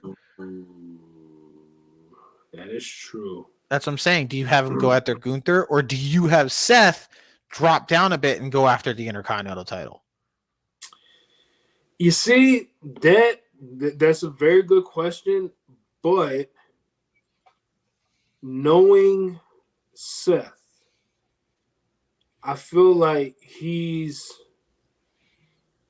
trying to rewrite a wrong that shouldn't have happened from Mania. And that's him being injured as champ. So he pretty much, you're thinking he's going to chase for the title again. Yeah. And to Seth's credit, I mean, don't get me wrong, we've said ad nauseum he was the Mania MVP. Yes, of course. He was the Mania MVP, but why put your body through that again for a championship? Like, do you really need a championship now? I say give it about another year. That's what I'm saying. He should be that veteran to help put over the young guys, or so not young guys, but like the guys that are trying to make names for themselves, like a Bronson Reed. Yeah, like, so if you was to put him in that IC title picture, that's fine. Just don't have him win it. No, I can see him feuding with Braun Breaker though. Yeah, because I may be throwing Braun Breaker's name around a lot, but he's a big fucking deal right now. He is, and that's what people are not understanding. Like, he's the Intercontinental Champion, okay, but you have a strong mid card on Monday Night Raw. Hell of a mid card. A strong mid card that could be made for a main event card for Gunther. Yeah. Like, I'm just saying, like, because wasn't it at one point where the Intercontinental Champion could trade in the championship for a shot at the World Champion? When did that happen? Oh God. It happened.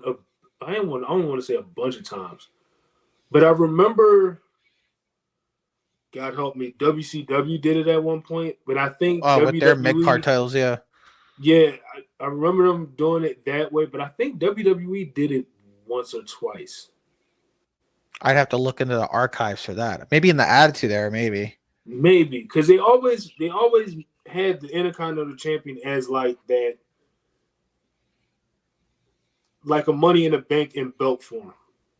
I know they would like relinquish it, and they would be like, "I don't want this belt anymore," and then just try to move on for the world title belt.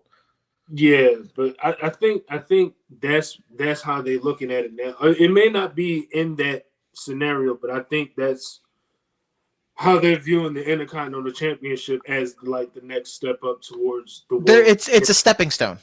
Yeah, It's but it's but I would say, as far as Braun Breaker is concerned, because he ran through the everyone, mid card crazy. everyone.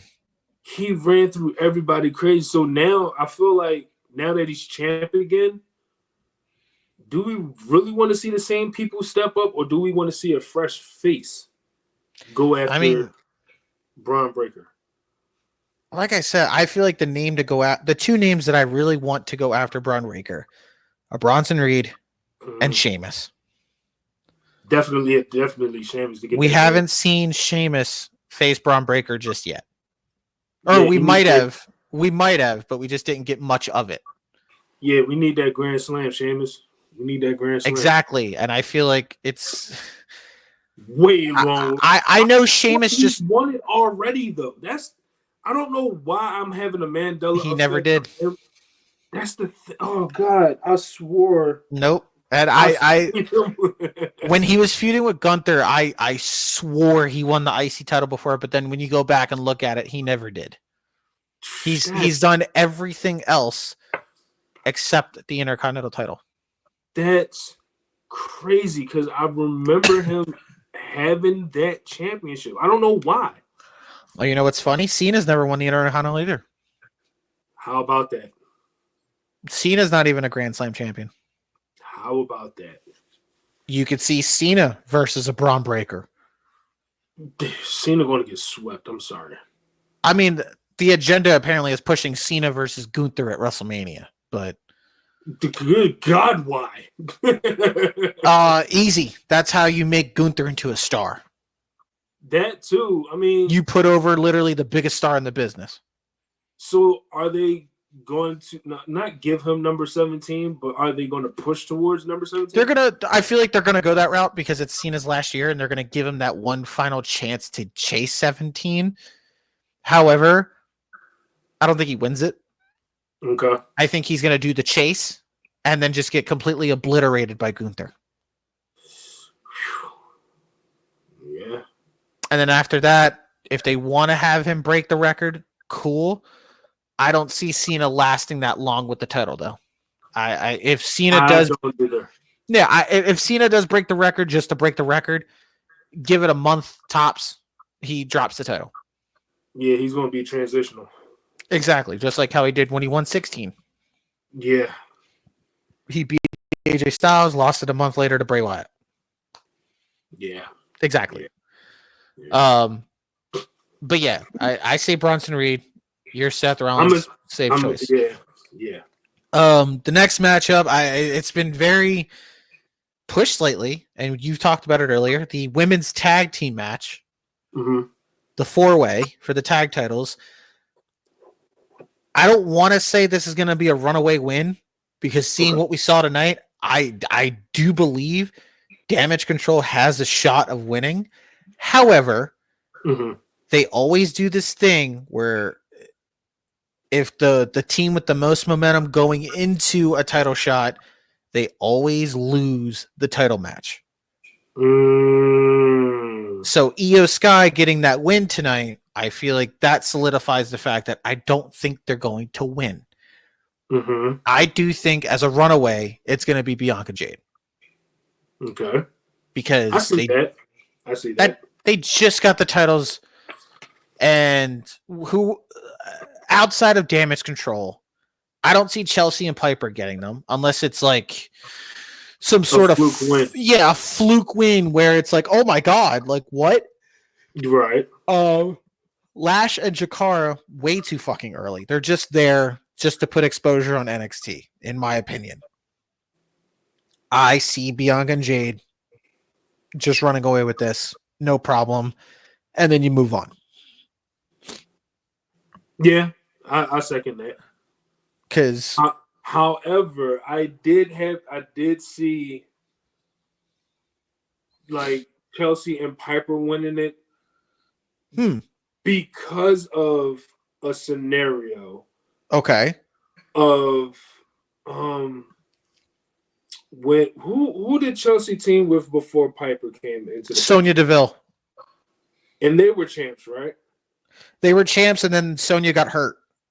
Okay. So based off of that, I feel like that whole scenario will play a Yes. factor into Chelsea and Piper winning it because of that. Pretty much giving Chelsea the belt back after That whole injury scenario thing. Now, of course, it wouldn't make sense to do that. Okay. However, I looked at damage control and the fact that when they won the titles, not much has been done since they have won them, except for the feud with Bailey. Okay. And then Oscar getting injured. Yeah. So there's that.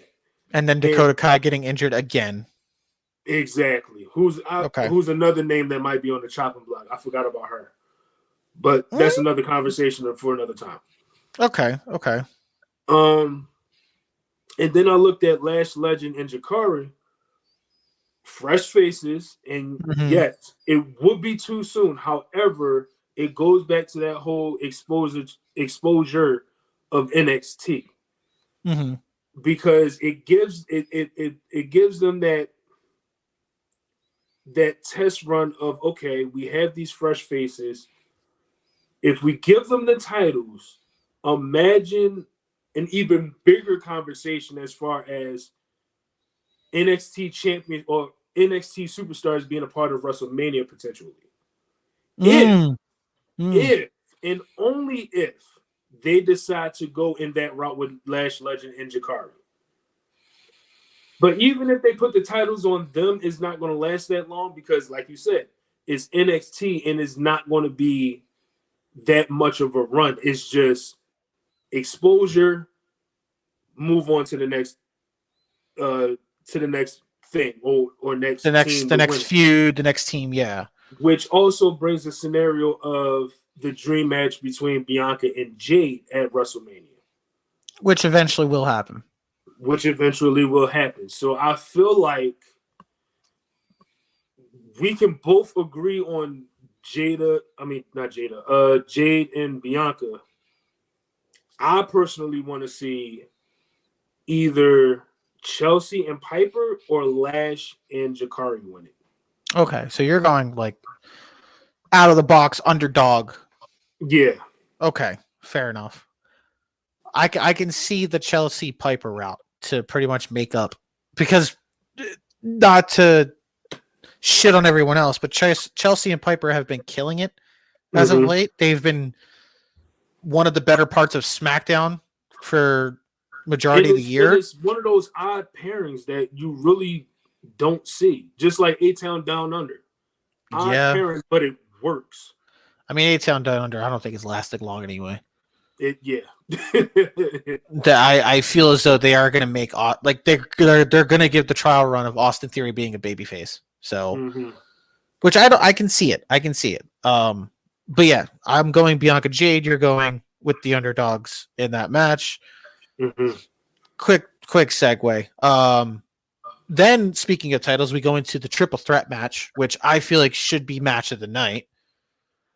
If not Cody Gunther, but this should be match of the night. With LA Knight, Andrade, and Carmelo Hayes. For the United States title, I say LA Knight retains because he won it at SummerSlam. I feel like it's too soon for him to drop it right now. Agree. However, you give me Andrade and Carmelo in a ring again, I'm sold. Whatever. I feel as though it's not going to be an easy win for LA Knight. It's going to be a hard fought match. I do see a point where LA Knight wins, but he's not done feuding with one of them. Yeah. Like, I see LA Knight possibly feuding with Carmelo more than Andrade. And it's sad to say because Andrade's still the speed champion, whatever, but Andrade, I feel like, should move on. and actually try to be in the world title picture or in a another feud that would matter, like possible, or you can go the route of LA Knight feuding with Andrade again, and that's when you bring back AJ Styles to feud with Carmelo Hayes and give Carmelo that other big name to help put him over and solidify him. Or vice versa. You give Styles to Andrade. You give me banger matches there. Yeah. If Styles is healthy, because I know his ankle's fucked up, but if he's healthy. Right. But that's the only scenario. I see LA Knight winning and possibly feuding with one of them after Crown Jewel. I'm gonna treat this matchup like poker as well. Okay. I see that scenario and raise you one and say that Carmelo Hayes wins it. Okay. Wouldn't be mad at it. I honestly, I looked at this match and thought I would be okay with either one winning, because if you give the title to Andrade, that even furthers the feud between him and Carmelo, or again him and LA Knight. Right. Whereas opposed you put the title on Carmelo, that opens the door to new opportunities for the rest of the locker room. Yes, yeah, you're right. And if LA Knight retains, then it's like, okay, where do you go with Andrade and Carmelo? They feuded out one more time at Survivor Series, maybe. But no, I think that would be done, honestly. Okay. So then if that's the case, then who steps up to LA Knight for either a Survivor Series or maybe another SmackDown or whatever the case may be? So I'm picking Carmelo Hayes to win this. Okay. Not mad at it. I wouldn't be mad at it either way, because it would be a good spotlight to Carmelo Hayes. And in a sense, you would get it's kind of funny. You would have the top two guys of NXT that were the top two guys of NXT running both mid-card divisions in the main roster. Yep. Braun Breaker with Raw, Carmelo Hayes on SmackDown. Two former NXT champions. Mid-card champions. I would not be mad at it. Yep. It's just I am worried for Andrade. Where the fuck does he go? I don't know. I am worried for that. He's lost in the shuffle for a minute. For a minute, unless they move him over the Raw in some sort of way. I don't know. Or if Andrade loses, and this is going to be maybe overkill situation, but if he feuds with Santos Escobar. They have been teasing that. You can go in that route. But I feel like at the same time, this could be Phantasma 2.0 if Andrade joins Escobar in a sense. I don't see that happening, though. That's the thing. That's just the scenario I got in the air. They have been teasing Andrade Escobar again, but they also have been teasing Santos Escobar going after LA Knight. So I don't know. I mean, with Santos Escobar, he's just been a name sitting around, which I don't know why they're not utilizing him, because he can go in the ring. He's a good name for that mid card. You need to start utilizing him. You know? Yeah. It all depends on where they go from it, but I wouldn't be mad at your pick. I wouldn't be mad at Carmelo Hayes winning it, being the shock factor. Wouldn't be mad at it at all. But I'm sticking with LA Knight because, again, he just got the title 2 months ago. No point for him to drop it now. That's true. That's true. Okay, so staying in the title route. Oh boy, the women's crown jewel champion, Nia Jax, Liv Morgan. I've already stated last week when we talked about it, I'm going Nia Jax because besides the size factor of the match, I do think the match is going to be very hit or miss, considering the body of work they've been doing. I don't think it's going to be a 5-star classic. I don't think it's going to be a banger. It's going to be a very either mid or it's going to fucking shit the bed type match. Mm-hmm. I do see interferences happening. I do see Yep. a Raquel being involved. Yep. Rhea's hurt, so I don't think she's going to do anything. Ah. Damn. Oh, no. Oh, my God. You dropped me. Oh, no. Oh, my God. Okay. You good? All right. We're good. You good? We're good. All right. We're good. Damn. You fumbled the phone. You fumbled the phone like Diddy fumbled Cassie. So, Oh. No. I apologize. Moving along. With Liv and Nia, I do see Raquel interfering. Rhea's hurt, so I don't think she's doing anything. I honestly think they're saving her till Rumble to give her time off, which I don't think they should. But whatever. I do see a possible cash in from Tiffany Stratton. Yeah. I don't know if they're going to pull the trigger. Because if so, I would much rather have Tiffany pull the trigger on Nia than Liv. Because SmackDown is a dead women's division. They need the stars. I feel like if you have her cash in on Nia, boom, there's your feud going forward. Tiffany versus Nia. And then you insert Bayley, Naomi, whatever in the mix. I see Nia winning because, again, these two are on probably one of the best runs of their careers. But overall, I see Nia because she has a good track record. She won Queen of the Ring in Saudi, like she said, and she's going to be the first Crown Jewel champion. So I'm clear winner, interferences and all. Nia Jax is winning. Absolutely. Okay. However, here's the question. Let's say Nia Jax wins and Tiffany Stratton cashes in. Right.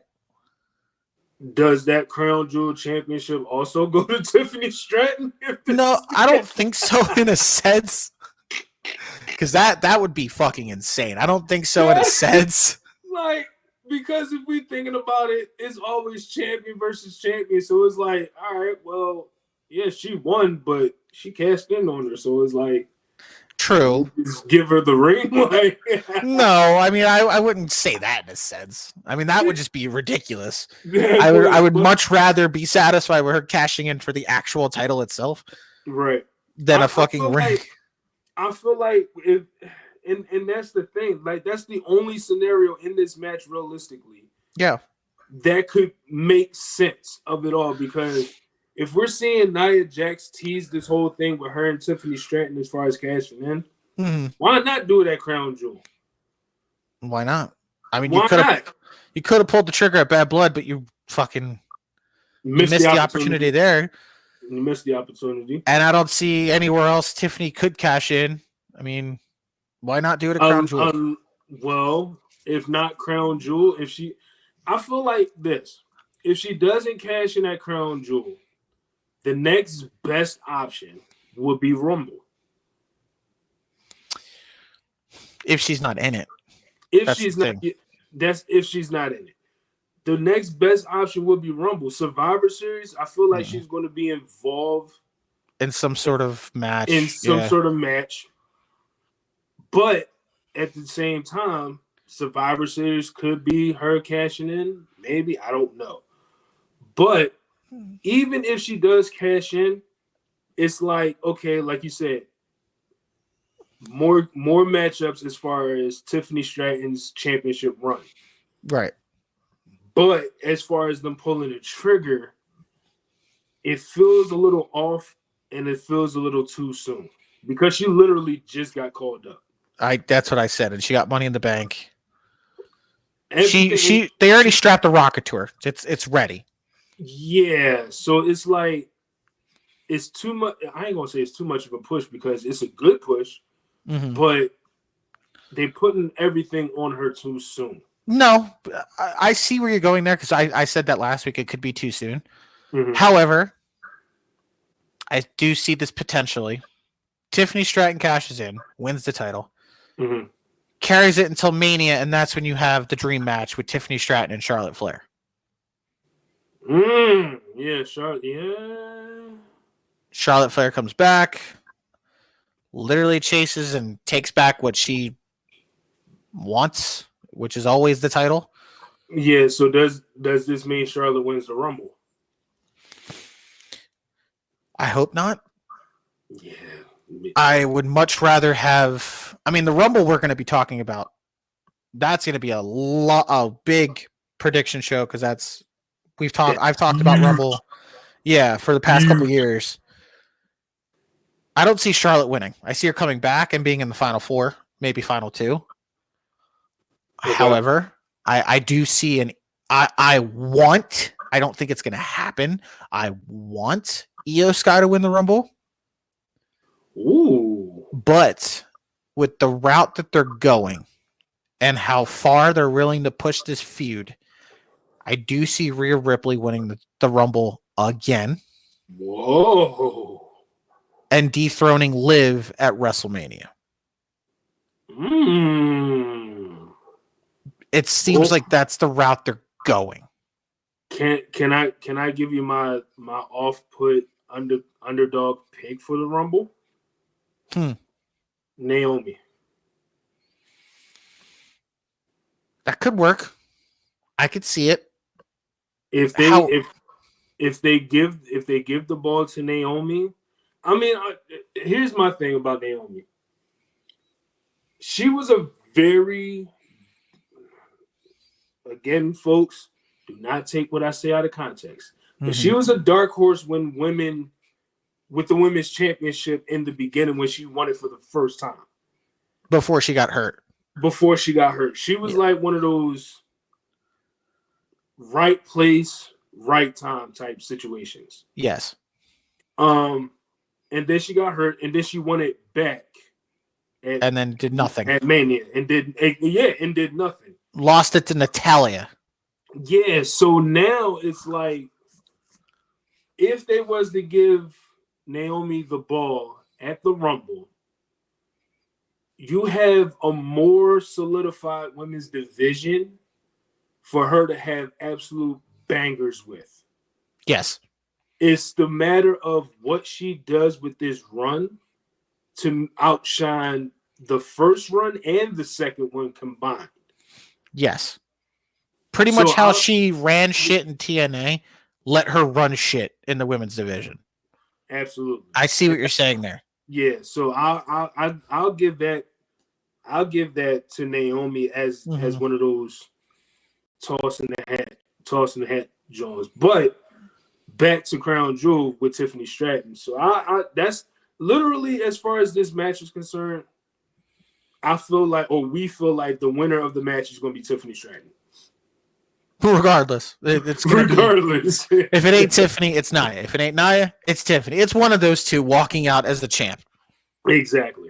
Whether if it's the Crown Jewel champ or the WWE Women's Champion, regardless.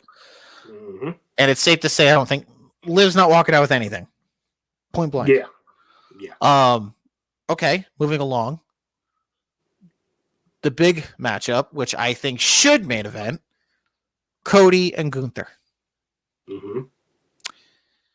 We've already touched up on this multiple times. What routes are going to be taken?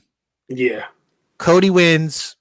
In my opinion, I think Cody wins by fuck all. Goldberg. I do think Cody wins because of Goldberg. Okay. Or see that too. Or they straight up have a fucking banger because I know this is going to be match of the night. Outside of the triple threat. Right. They have a straight up banger and Gunther beats Cody clean. Because it solidifies that Gunther is the workhorse champion. And even though Cody's at the top level, he's not on Gunther's level when it comes to in-ring. And I feel like that would be even bigger on Gunther, that you just literally beat the face of the company clean. Mm-hmm. Those are the only two scenarios I'm thinking, because I don't see Kevin Owens touching this match. Again, I say Kevin Owens shows up after the match or like after the show for a beatdown, whatever. Right.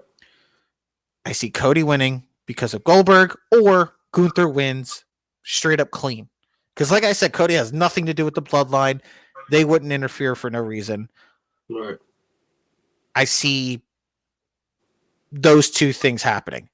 That's when you set up Gunther and Oldberg for Survivor Series. And then that's when you set up Cody facing Kevin Owens, or Kevin Owens going into War Games, vice versa. Okay. But sitting and thinking about it and watching this all happen, those are the only two scenarios that pop in my head, because I don't see Gunther winning by interference or cheating. I don't see Gunther winning any other way besides beating Cody straight up clean on the mat 1, 2, 3, or making him sleep, not submit, but just sleep. That's the only way I could think of it. Yeah. I'm gonna go on a little bit of a stretch here. Okay. But what if, and we're gonna take Goldberg out of this situation. Hopefully he's not there, because Good. Fuck him. I would be sick to death seeing him in that predicable scenario. Fucking bald bitch. But what if, and like I said, this is a stretch, but what if The Rock was to make an appearance?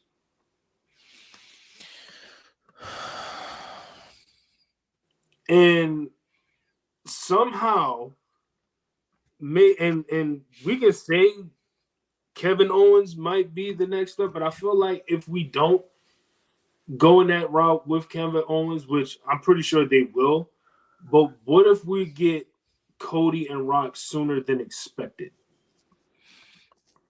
I feel like that would be a ball dropped, because if we get Cody Rock, that would be what, War Games? I'm assuming would be sooner than expected. Yep. Okay. You get Cody Rock. The problem is, are you having Cody drop the title? No. Are you sure? Then again, yeah. That would cause for a title to be dropped. And you would have The Rock being a part-time champ going into WrestleMania, where the title isn't needed, but that's for just Roman and Rock, yeah. Exactly. Yeah. And if you do Cody and Rock, the only way Cody gets out of that is if Roman interferes. Yeah, that's the thing, because like I'm trying to make sense of why The Rock showed up at Bad Blood. I mean, we could sit here and say he might make an appearance at Survivor Series, but my gut is telling me Royal Rumble might be where we get Cody and Rock. Oh, Rumble. Okay.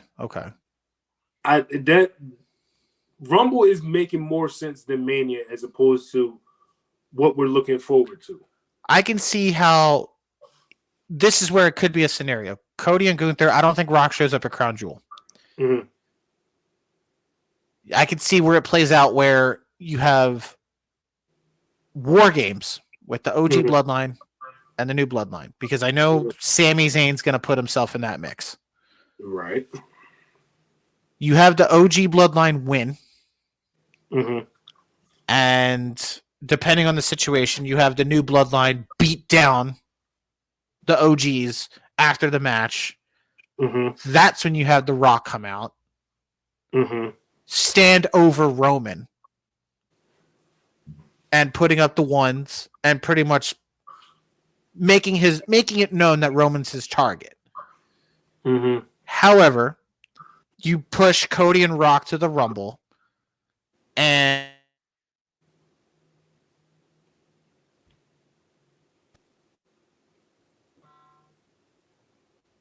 which then sets up Roman Rock Mania. That's Okay. the only way you could get out of it is if you do Cody Rock at Rumble. That's the only sense I can think of it. Unless you do The Rock coming out at War Games costing the OG Bloodline the match and they lose. Mm-hmm. And then in a sense, Roman returns the favor. Okay, you're not getting a title. You already have that whack-ass People's Champion title. You don't need the WWE title. That's my title. Like, Right. Cody stays champion going into Mania. Because I don't see Cody dropping the title up until Mania. I get it. I get it. It's a year-long reign. I get it. He needs to drop it soon. But you have to think about it in a sense. Where does Cody go after he drops the title? He works so hard to finish the story, only for him to drop it to back to Roman or Rock. Like, so all right. So that I mean, my thing is, it wouldn't make sense to drop it to Rock, and it right. would make sense to drop it to Roman, but if we're getting Roman and Rock, then Roman doesn't need the title. Neither does The Rock. Therefore, because it, so this brings another question. Do we see Bloodline Rules Part 2 at Mania? I mean, sure, but I feel like that concept would be so played out now, since we already had. It would be. We already had 2 Bloodline Rules matches this year. Mm-hmm. You would have it. Did I forgot about that one. Cody Solo, yeah. I forgot about that one. Yeah. You would have Part 3, basically. Yeah, but you would have Roman Rock in a Bloodline Rules match just for what? The OGs and the new guys to come out and help out? You would only do that as if you have something big coming. True. A big name, like a Rikishi, or, I mean, not that big of a name, but like, that's when you would pull the trigger and you finally have Stone Cold show up. Yeah. Roman can be like, look, I found your kryptonite. I found your weakness. It's Stone Cold Steve Austin. But I don't see that. I don't see it being a Bloodline Rules. I see it being a straight up one-on-one match and Roman beats Rock clean. Yeah. That's the only thing I can think of it. And that it ends the Bloodline saga. And Roman The Rock is going to present Roman with the Ulafala. Yeah. I mean, it's so many scenarios you can. There's a lot. It's a lot of scenarios because everything has to be connected to Rock saying our story is just beginning. Okay, we're at the half-year mark as far as WrestleMania season's fastly approaching, and we still haven't seen Rock versus Cody. All we got was him coming out of Bad Blood, counting the 3, and doing the whole slice of the throat. Right. So that made me think he could be going for Cody. Right. Because he did mention before, you broke my heart twice. Could this be the 3rd time? Because he did say, don't fucking break my heart again. Could this be where, when he counted the 3, you ended up teaming with Roman? Roman, you went back on your word because you're a failure? That's where it gets confusing or like unpredictable, because we don't know who he was targeting when he came out at Bad Blood. We don't know who he was directing that towards. That's the issue. Right. And with The Rock saying our story's just beginning, that's where I get lost. Right. Because another theory was, even if we don't get Rock and Cody this year, we get it at SummerSlam probably next year. Yeah, but then I also read reports that we're going to get Rock and Cody at WrestleMania, and then Rock and Roman WrestleMania 42, which that's overkill at this point. So they're pushing back Rock and Roman for another year. I think all to give Rock and Cody a spot at WrestleMania, but I don't see why you should do that because you moved WrestleMania from Minneapolis to Vegas for a reason. Mm-hmm. Rock and Roman is that big money match. It's Right. the marquee match. It's supposed to be the biggest WrestleMania match of all time. And Right. that's how they planned it for WrestleMania 40. It didn't happen. Why would you push back Rock and Roman for another year when we don't know what Roman's status is going to be? We don't know what the bloodline's going to be like in that year span. Mm-hmm.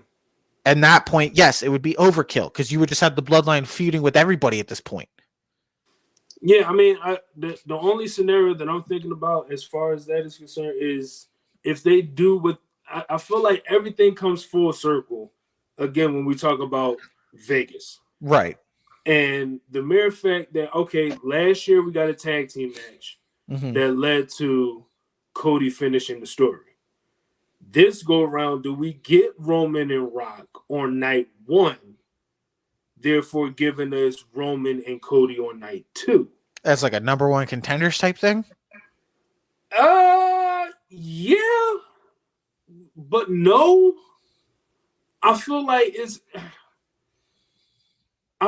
one of those things where Cody is going to have one of those wall number 1 and wall number 2, well, door number 1, door number 2 type situations. Okay. Whereas though if he chooses door number 1, he faces The Rock. And of course, Roman is going to have some type of gripe about that because it's like, well, technically, I'm still owed a rematch against this dude. And for you to come back and want him, you're going to have to go through me. Okay. So if it's like that, then we get Cody and Rock. No, yeah, we get Cody and Rock. Well, no. You get Rock and Roman night 1. And then Cody and Roman night 2. But then you would just give us 3 years of Cody Roman at WrestleMania. Yeah. So do we go? All right. So do we go? Cody and Rock night 1, and then have what? I would say for the championship. What? Cody drop it to Rock, and then Rock drops it the next night to Roman. I wouldn't. See this. That's the thing. That's the dilemma. You have to realize that. It's pretty much this way. It's Rock and Roman at Mania or bust. It's Rock and Roman, or you throw in a triple threat with Cody, which is a dumb idea. Mm-hmm. Which is lazy booking, in my opinion. Right. Or bust. Because if you do that, the WWE title picture on SmackDown is very, again, thin. Where are you going to put the rest of the guys? Where are you going to put Orton? Where are you going to put Kevin Owens? Where are you going to put an LA Knight? Carmelo Hayes and AJ Styles if he's healthy? Where are you going to put those guys at WrestleMania? Right. Exactly. And that's where it gets... That's what I'm believing it should be Rock and Roman or bust. That's it. Like, that's the end all be all for the bloodline. Unless we get Roman and Cody night 1, Rock interferes, and then we get Rock and Roman night 2. But then again, you have Cody beating Roman for a 3rd year in a row, or a 2nd year in a row. Fumbling me again. Jesus Lord. I'm just gonna hold it. You gonna hold it? You gonna pull a juju? Oh my God. We just gonna. I got to. It's only right I pull a. Oh, gotta pull a Jew. All right. Oh. I'm losing you. Of course I start losing you at fucking almost the end of the episode. We good? Oh, there you are. Okay. All right. All right. All right. Slowly. Okay. There we go. There we go. There we go. Don't fuck with it. Just leave it. Just leave it. Right there. Right there. We're good. Okay. Now I can hear you fine. What? Hold on. Can you hear me? Are you on mute? Are you good? You're good? Nope, can't hear you. Oh, no. Here we go. You're going to have to come back in probably. Give me a second. Oh, no. Technical difficulties yet again on this podcast. Are you on mute? What are we doing? He can't hear me. Why am I still talking? Fuck me, man.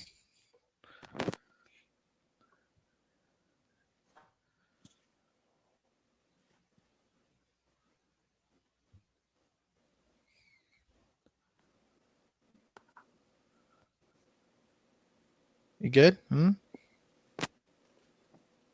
Down?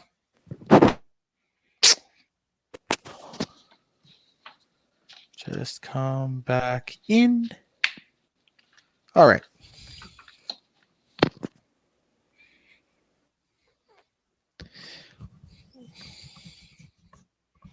Okay. So, apologize for the technical difficulties. He should be back on. We should be good to go. But as we were talking about it, yes, I am sticking to the belief that Rock and Roman is the end game, the end all be all for WrestleMania 41. It has to happen because I don't see The Rock. He was very unpredictable for what he did at Bad Blood. We don't know he's targeting Cody, targeting Roman. We don't know what the state is. We don't know what his mindset is because it hasn't been talked about since Bad Blood. It hasn't been touched on since Bad Blood. And that's where I think is a little bit of a problem because it should have been talked about. It should have been at least brought up by Solo or at least Roman as to what the fuck is going on. I do believe, however, The Rock shows up at War Games and we get The Rock somehow costing the OG bloodline to lose War Games or a moment where the OG bloodline win. And that's when The Rock comes out again and just makes an appearance at the entrance ramp, makes his target known at Roman. And then that's when you get the seeds planted and you get the explanation as to why The Rock came back at Bad Blood. Only other thing is, like EJ said, Rock and Cody could happen at Rumble. It could happen at Mania. I don't know. And he's back. Are we good? We're good. All right. Thank Lord. I feel like I was boring everyone by talking by myself. My bad, folks. My bad. Yeah, he fumbled yet again. Fumbled it. Swear to God. Fumbled it like Jermaine fumbled Janet. So we're going to talk about that soon. I know. So yeah, we were saying about Rock and Roman being the end all be all. That's it. It's some scenario has to make sense where everybody gets what they want plus more. It's just a matter of how they do it. Because like I was stating when you were gone, I was stating to our viewers here, we still never got an explanation as to why he came out at Bad Blood.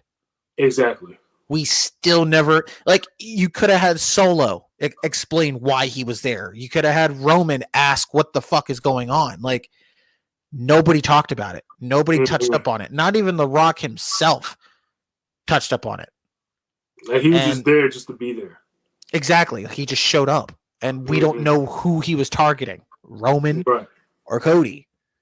And we'll never know. And unless, again, he shows up at Survivor Series, he either cost the OG Bloodline the match or the OG Bloodline win and The Rock comes out again.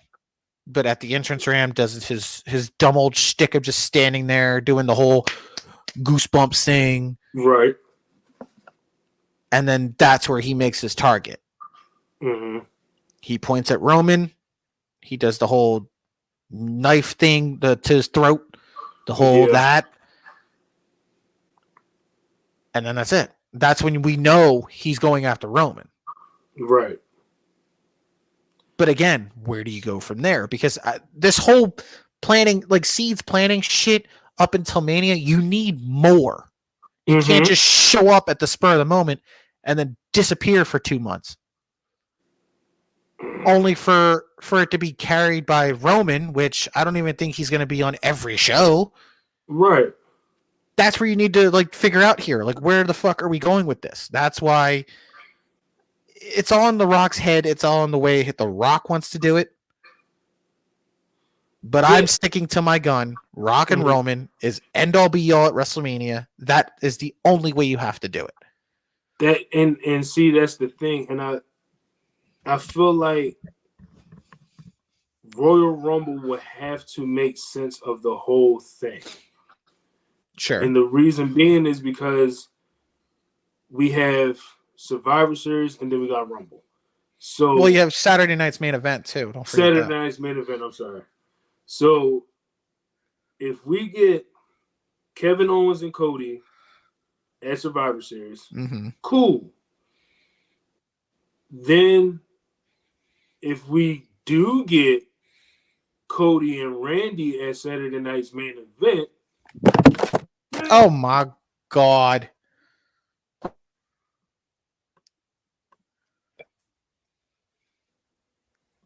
Fumbling. doesn't want me to win. You good? Anyway, so we're good. If we go that route of Randy and Cody at Saturday night's main event, it's okay, but it's worth bigger. Like WrestleMania. As far as WrestleMania. But even with that, if we're still sticking to Cody getting a match with Rock, it has to take place at Royal Rumble.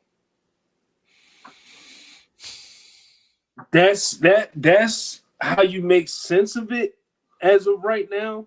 There's no other way out. You can't do it at Chamber because no, that's pointless. You can't do it at Chamber. Yeah, it's very pointless to do it at Chamber. And even if they have something between, in fact, don't they usually have something before Mania and after Chamber anyway? No, it's Rumble, Chamber, and then the build to Mania. Straight to Mania. That's where I'm like, all right. Yeah, that and like I said, it has to be Royal Rumble. Okay. Where Rock makes his move of a match, or if not Rumble, it has to be one of the nights at Mania, and if not that, you got SummerSlam. That's the only other route that I could think of. Yeah. Like, because it's 2 nights. So therefore, if you want to make it big, Rock and Cody at Mania on one of the nights. I don't know. If you do that, I do see Cody Rock being at SummerSlam. Mm-hmm. Because I can see where either The Rock beats Roman at WrestleMania, or The Rock loses, realizes he lost the Empire to Roman. The Rock gets desperate and he wants Cody. He wants that title. And I feel like that's where The Rock is going to lose to Cody at SummerSlam. But at the same time, do we have Cody holding the title for that fucking long? That's what I was, and that's the thing I was about to say, because like, depending on, and this whole bloodline story featuring Cody is like a big giant chessboard, where if you move this piece has to move with it. If you move that piece, it's really about the game of chess when it comes to Cody and the championship. Right. Cody has to lose it for us getting Cody and Rock. Roman wins the title, therefore that could also give us Cody versus Rock. But if, and big giant if, which may be a stretch here, if Right. Rock somehow gets a championship, he's automatically losing it at WrestleMania to either Cody or Roman. But either way, I don't see The Rock touching that title. Me neither. It wouldn't make sense. So it's like it's just a matter of what makes sense, how it makes sense. Will the execution make sense to get something benefiting everybody? Well, to go to that point, since you did bring up the mention of The Rock possibly being a crown jewel, why don't we talk about the 6-man? Yeah, that too. The 6-man definitely does tie into that, because with this matchup, what would make more sense is maybe, just maybe, Bloodline 2.0 taking it. I see that happening, and I see them beating down Roman and the Usos with Sami Zayn coming out to help. Mm-hmm. However, I feel like that's going to be another mountain to climb in itself, with Sami Zayn only helping for Jay, and then you have Roman and Jimmy to worry about. But I feel like Sami coming out would be a monster pop, not from the, like, just from the crowd alone. Yeah. But it would be a big chess piece on the OG Bloodline side. Mm-hmm. However, the Bloodline 2.0 takes it, in your opinion. That could be a possibility where The Rock comes out. Right. And says, I don't think he cuts a promo, maybe. Could be. Mm-hmm. But you have the Bloodline 2.0 at the entrance. The Rock comes out and stands in front. Mm-hmm. And that's when you get the look to Roman. And he pretty much is stating that he was running the show the whole time. Like, he was they were pretty much the puppets. He was just the master of it. Right. So I could see that being a possibility. And that could build towards War Games. Yeah, because that would be Civil War 2.0. Right. I mean, The Rock wouldn't compete, but it would just be it would just be a rematch, just a fourth member added to both teams. Right. And Rock not competing, cool.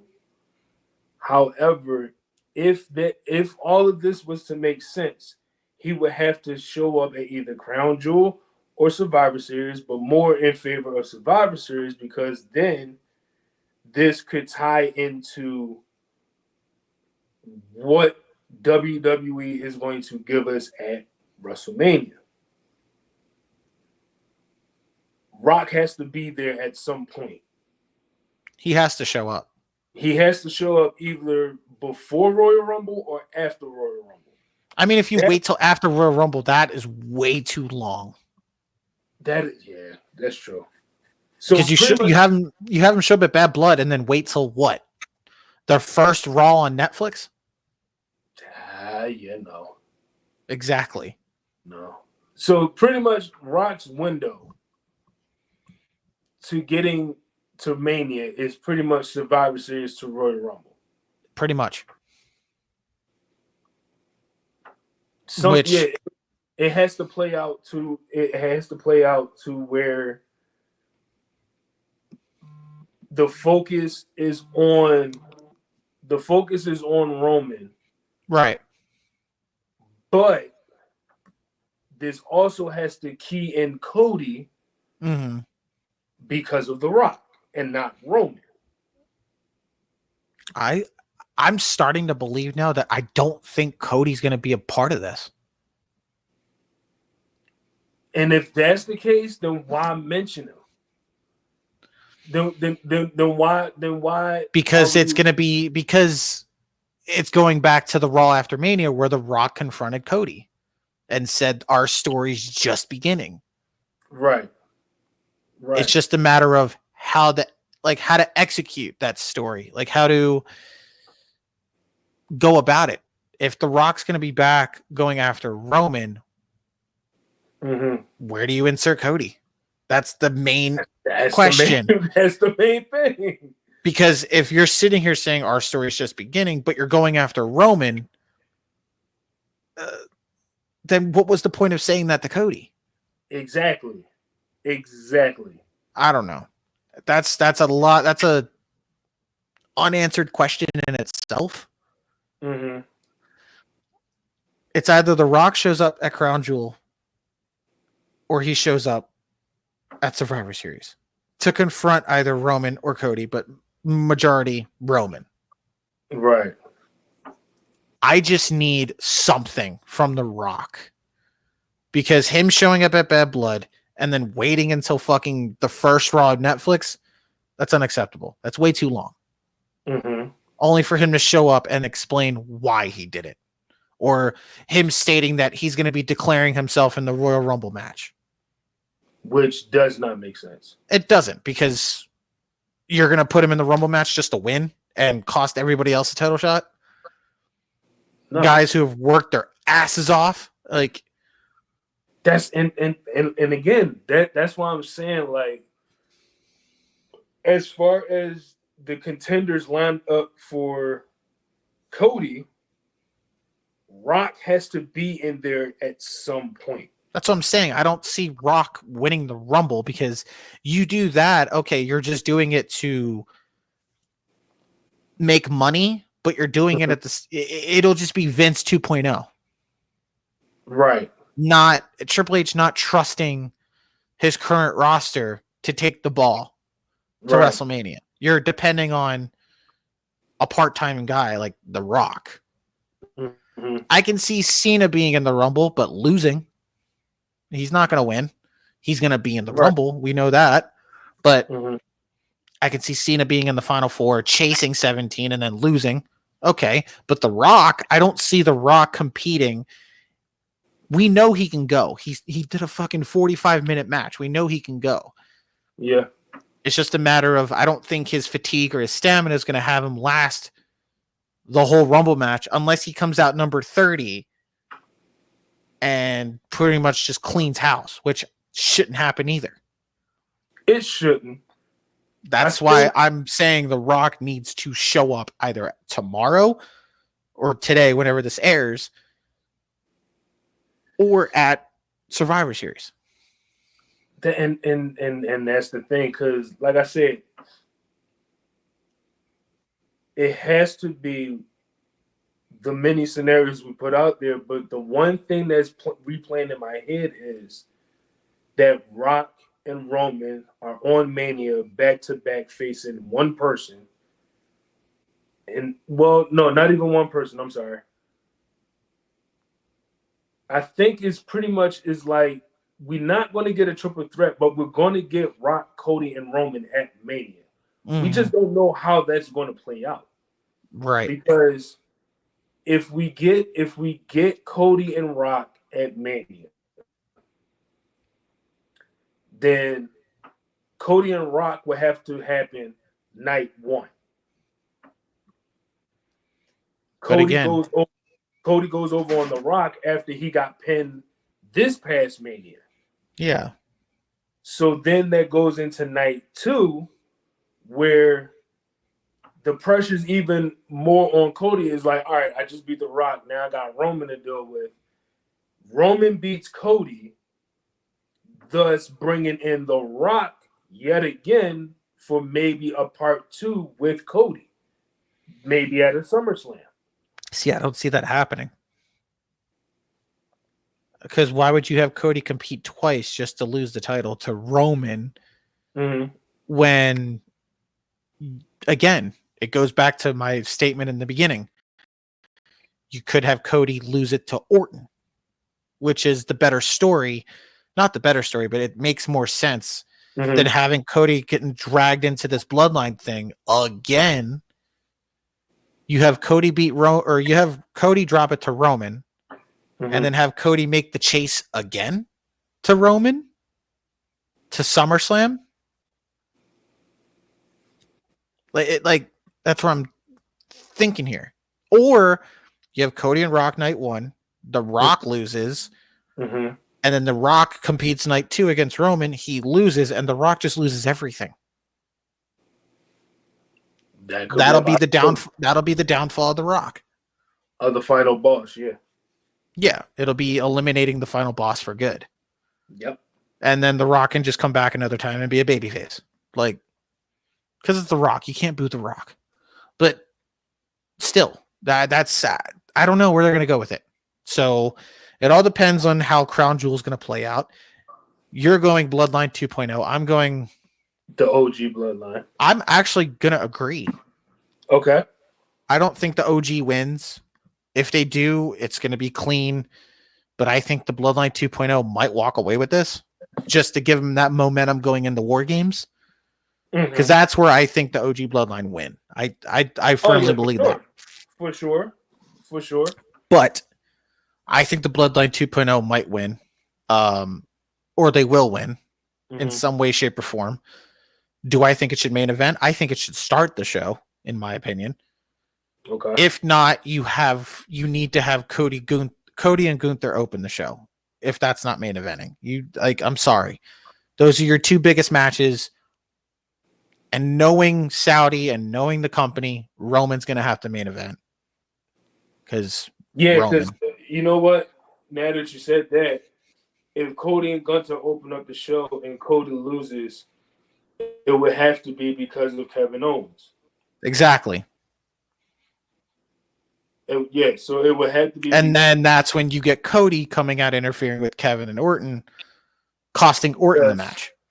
Yep, that's making Orton turn heel. But that's only if the match card plays out that way. We won't know until the big only. We won't know until we watch the pre-show or they just announce it. I don't know. But those are our Crown Jewel predictions. I love how we improvise and turn this into a prediction show. Love it. Hell yeah. As far as the state of the bracket goes, that will be saved for next episode. Hopefully, Juju will be back to normal. Hopefully, he isn't, stuck on Kensington. Hopefully, he's back to normal. Hopefully, Has, doesn't get the cactus pregnant again.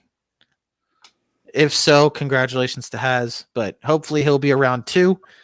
We hope you enjoyed this episode. We hope if you agree or disagree with our predictions, let us know in the comments. Let us know in general. Follow us on Facebook, not Facebook. I'm sorry. Follow us on Instagram, X, and Spotify, and our YouTube. Like and subscribe. Do what you got to do. Get those following counts up. Get those videos up. The likes up. You get the likes up, it pretty much shows on your feed that we're there, we're alive, we're pushing here. But yes, If you disagree, let us know. If you agree, cool. Other than that, we hope you enjoyed this episode. Thank you for watching. Thank you for listening. We need some sleep because we have Crown Jewel to watch tomorrow.